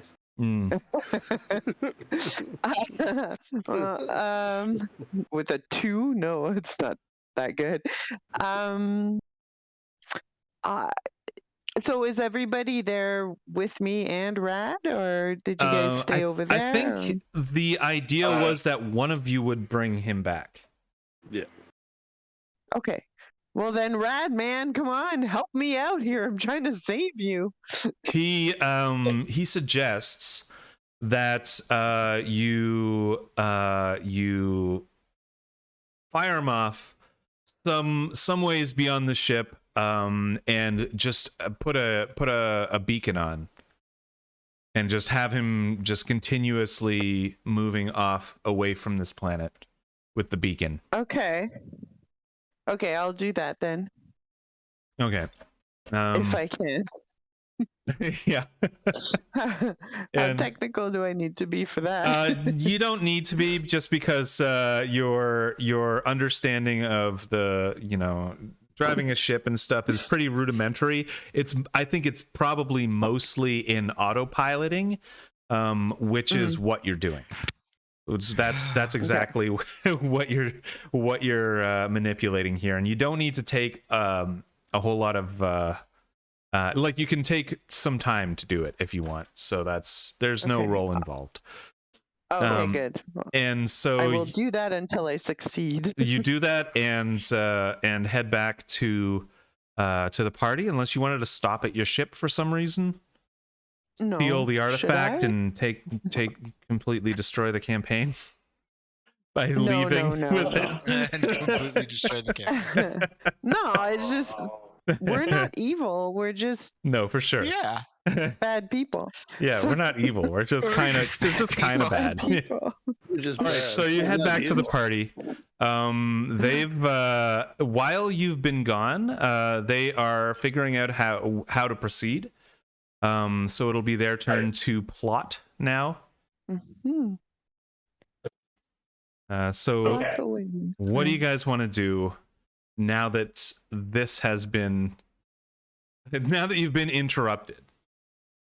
Okay, I suggest that we resume our course of moving towards the nearby. The nearby heat signatures? Yeah. Yeah. I mean, that's what I suggested. I don't know if anybody else thinks so. Yep, that's exactly what you wanted to do. So before we do that, you plot a course there. And you don't know exactly how to get there, because you can't, there's no map of the place. You can't find a map in the computers. It's like as if But hang on, I meant the nearby ones, not like those coordinates that we have. yeah, you've got the coordinates. But I We think got coordinates, but without reference to a full map. Are those coordinates actually any good to us? yeah, they are, because they're in reference to the entire ship. Right. Okay. So you can center yourself. You can understand where you are relatively to where you were, and you can head towards that place. But I think what you were going to do was head towards the closest heat signatures. Yes. Yeah. Yes. That was So our plan. which is a different location. Right. But before we do that, I'm going to say it's 11:14. We could probably break and then come back to it next week. Okay. And yeah, I'm glad we. That sounds- Yeah, I'm glad this was good. We got in there. We forced our way in, and we had a bunch of stuff happen.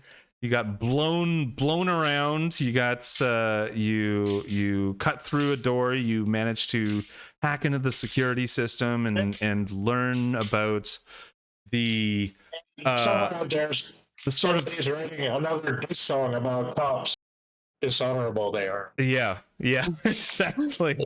And you've managed to get some encrypted messages. And let's say that you've got a few of this woman's encrypted messages. Let's call her Alundra.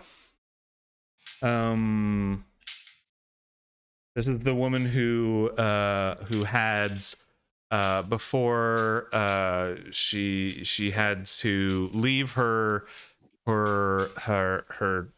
tribe, her survivor tribe, and then move to a different one, be accepted into that. And you've got a few of her encrypted files now.